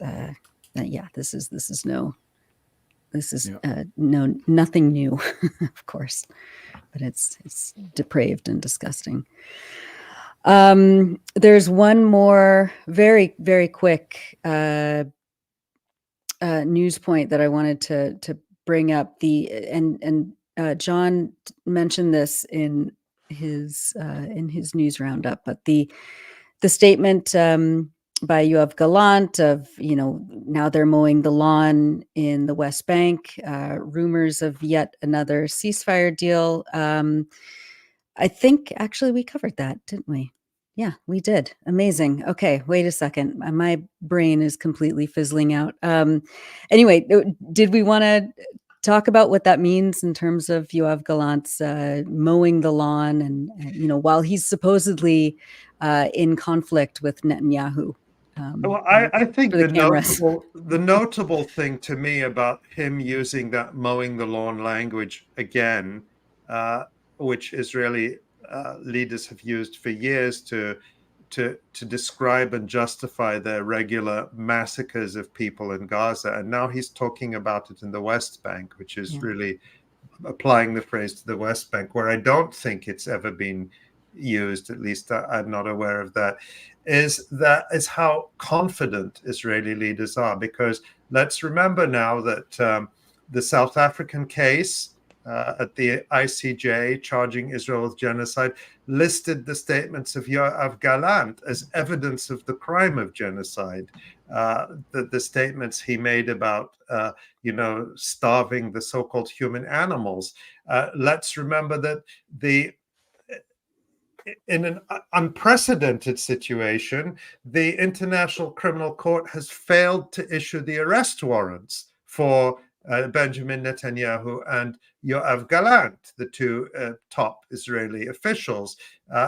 Now, months since the chief prosecutor Karim Khan requested that the judges issue the arrest warrants. And remember when we talked about this a couple of months ago, we pointed out that this is usually a formality. The prosecutor asks the judges to issue the arrest warrants, and the arrest warrants follow usually within a few weeks. It might take a month, it might take up to 2 months, but I think we're like at 3-4 months now, unprecedented. Yeah. The judges took 3 weeks to issue an arrest warrant for the president of Russia, for Vladimir Putin, after the prosecutor requested it on a really spurious, in my opinion, just very strange charge of transferring children, something that Israel does all the time. I mean, these children were evacuated arguably for safety, whereas what Israel does is it abducts children to Israel and puts them in prisons. There's no allegation that Russia did anything like that. But it took 3 weeks. You can argue about the merits of the case, but Israeli leaders have been accused by the prosecutor of things far more serious in this indictment than Putin was charged with in his ICC indictment. Far more serious, and it took 3 weeks. And even Karim Khan, who, as we know and we've discussed, is sort of a puppet of the British government and the US empire, and who really held back on these indictments in terms of the time he took, and then the scope was very narrow, and then the number he issued was, very tiny, and he's done nothing since then. Even he is complaining to the judges and saying, come on now, hurry up and issue the arrest warrant. So to me, that's the important context here, that 𝐓𝐿 𝐄𝐥𝐞 feels confident enough to continue making genocidal statements like this, apparently secure in the knowledge that nothing is going to happen to them. Oh, all right. Well, it's a lot. It's a lot that we covered, a lot that we didn't get a chance to cover. A lot that we will continue to cover, especially with this ICC, just a catastrophe, really, of accountability. Let's look at the website. Asa, maybe if you can play some of the top comments while we do so. Again, and that's a story that you have up there, Ali, about your favorite German. Yeah, this is this is the German ambassador in Tel Aviv. He's a big pro-Israel propagandist, a former TV presenter and former spokesperson for the German government. And he was forced to admit that he had posted on Twitter a fake letter that was circulated by Israeli state propagandists, claiming to be from a survivor of October 7th, a Nova, someone who'd survived the massacre at that Nova rave, but then later died by suicide because he was unable to live with what he'd seen, which supposedly included witnessing a girl being raped, and he was unable to save her. And this turned out to be a complete fabrication, an Israeli propaganda fabrication. And the German ambassador had been disseminating this hoax. And when Israeli media exposed it as a hoax, because they saw this and they said, wow, let's talk to the family. Let's find out about this tragedy and report on it. It was Israel's Channel 13 that said this is complete fabrication and a fake. This person doesn't exist. There was no suicide. They didn't witness this so-called October 7 rape. And of course, the ambassador had to walk it back, but not before all the damage was done. As usual. Yeah, as usual. And also, as usual, we have a bunch of really extraordinary features by our writers in Gaza on the front page. So I encourage everyone to go and read and share. Send them to your friends and family members. Send them to your neighborhood grassroots, action group. Really extraordinary writing again this week. And I'll just point out, yeah. I mean, there are so many good, it is just extraordinary. I mean, you saw Abubaker, people who've been watching since the beginning, his spirit and his insistence on continuing to report. And we hear that from Abubaker, and he is amazing, but he is not alone, because all of these features are being written by people in Gaza, many of them who have the same spirit and the same insistence on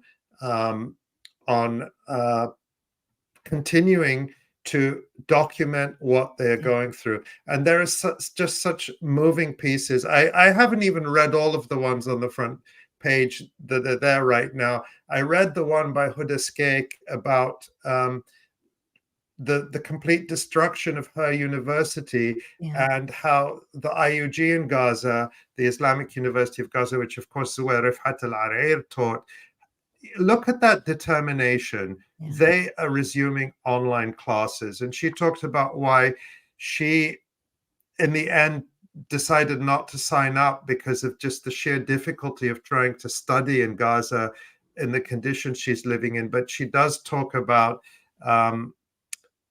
education and her journey, and trying to come to terms with losing the opportunities for education that she loved. A very moving piece. It really touched me very deeply, and it's just one of many. Yep. And plenty more to come. So if you want to get notified, get on our email list there. If you click on Get Updates, sign up. You'll get once a day daily digest of everything that we've published. You can go to our YouTube as always, sign up, become a subscriber. You'll get notified for the next live stream and podcast episodes. And thank you, of course, to Tamara Nassar for everything she does behind the scene. Thanks to Maureen Murphy for pre-production and writing, to Eli Gerzon for cutting videos and being a social media extraordinaire, and Ali, Asa, John, everyone at EI, thank you so much, and we'll see you next week.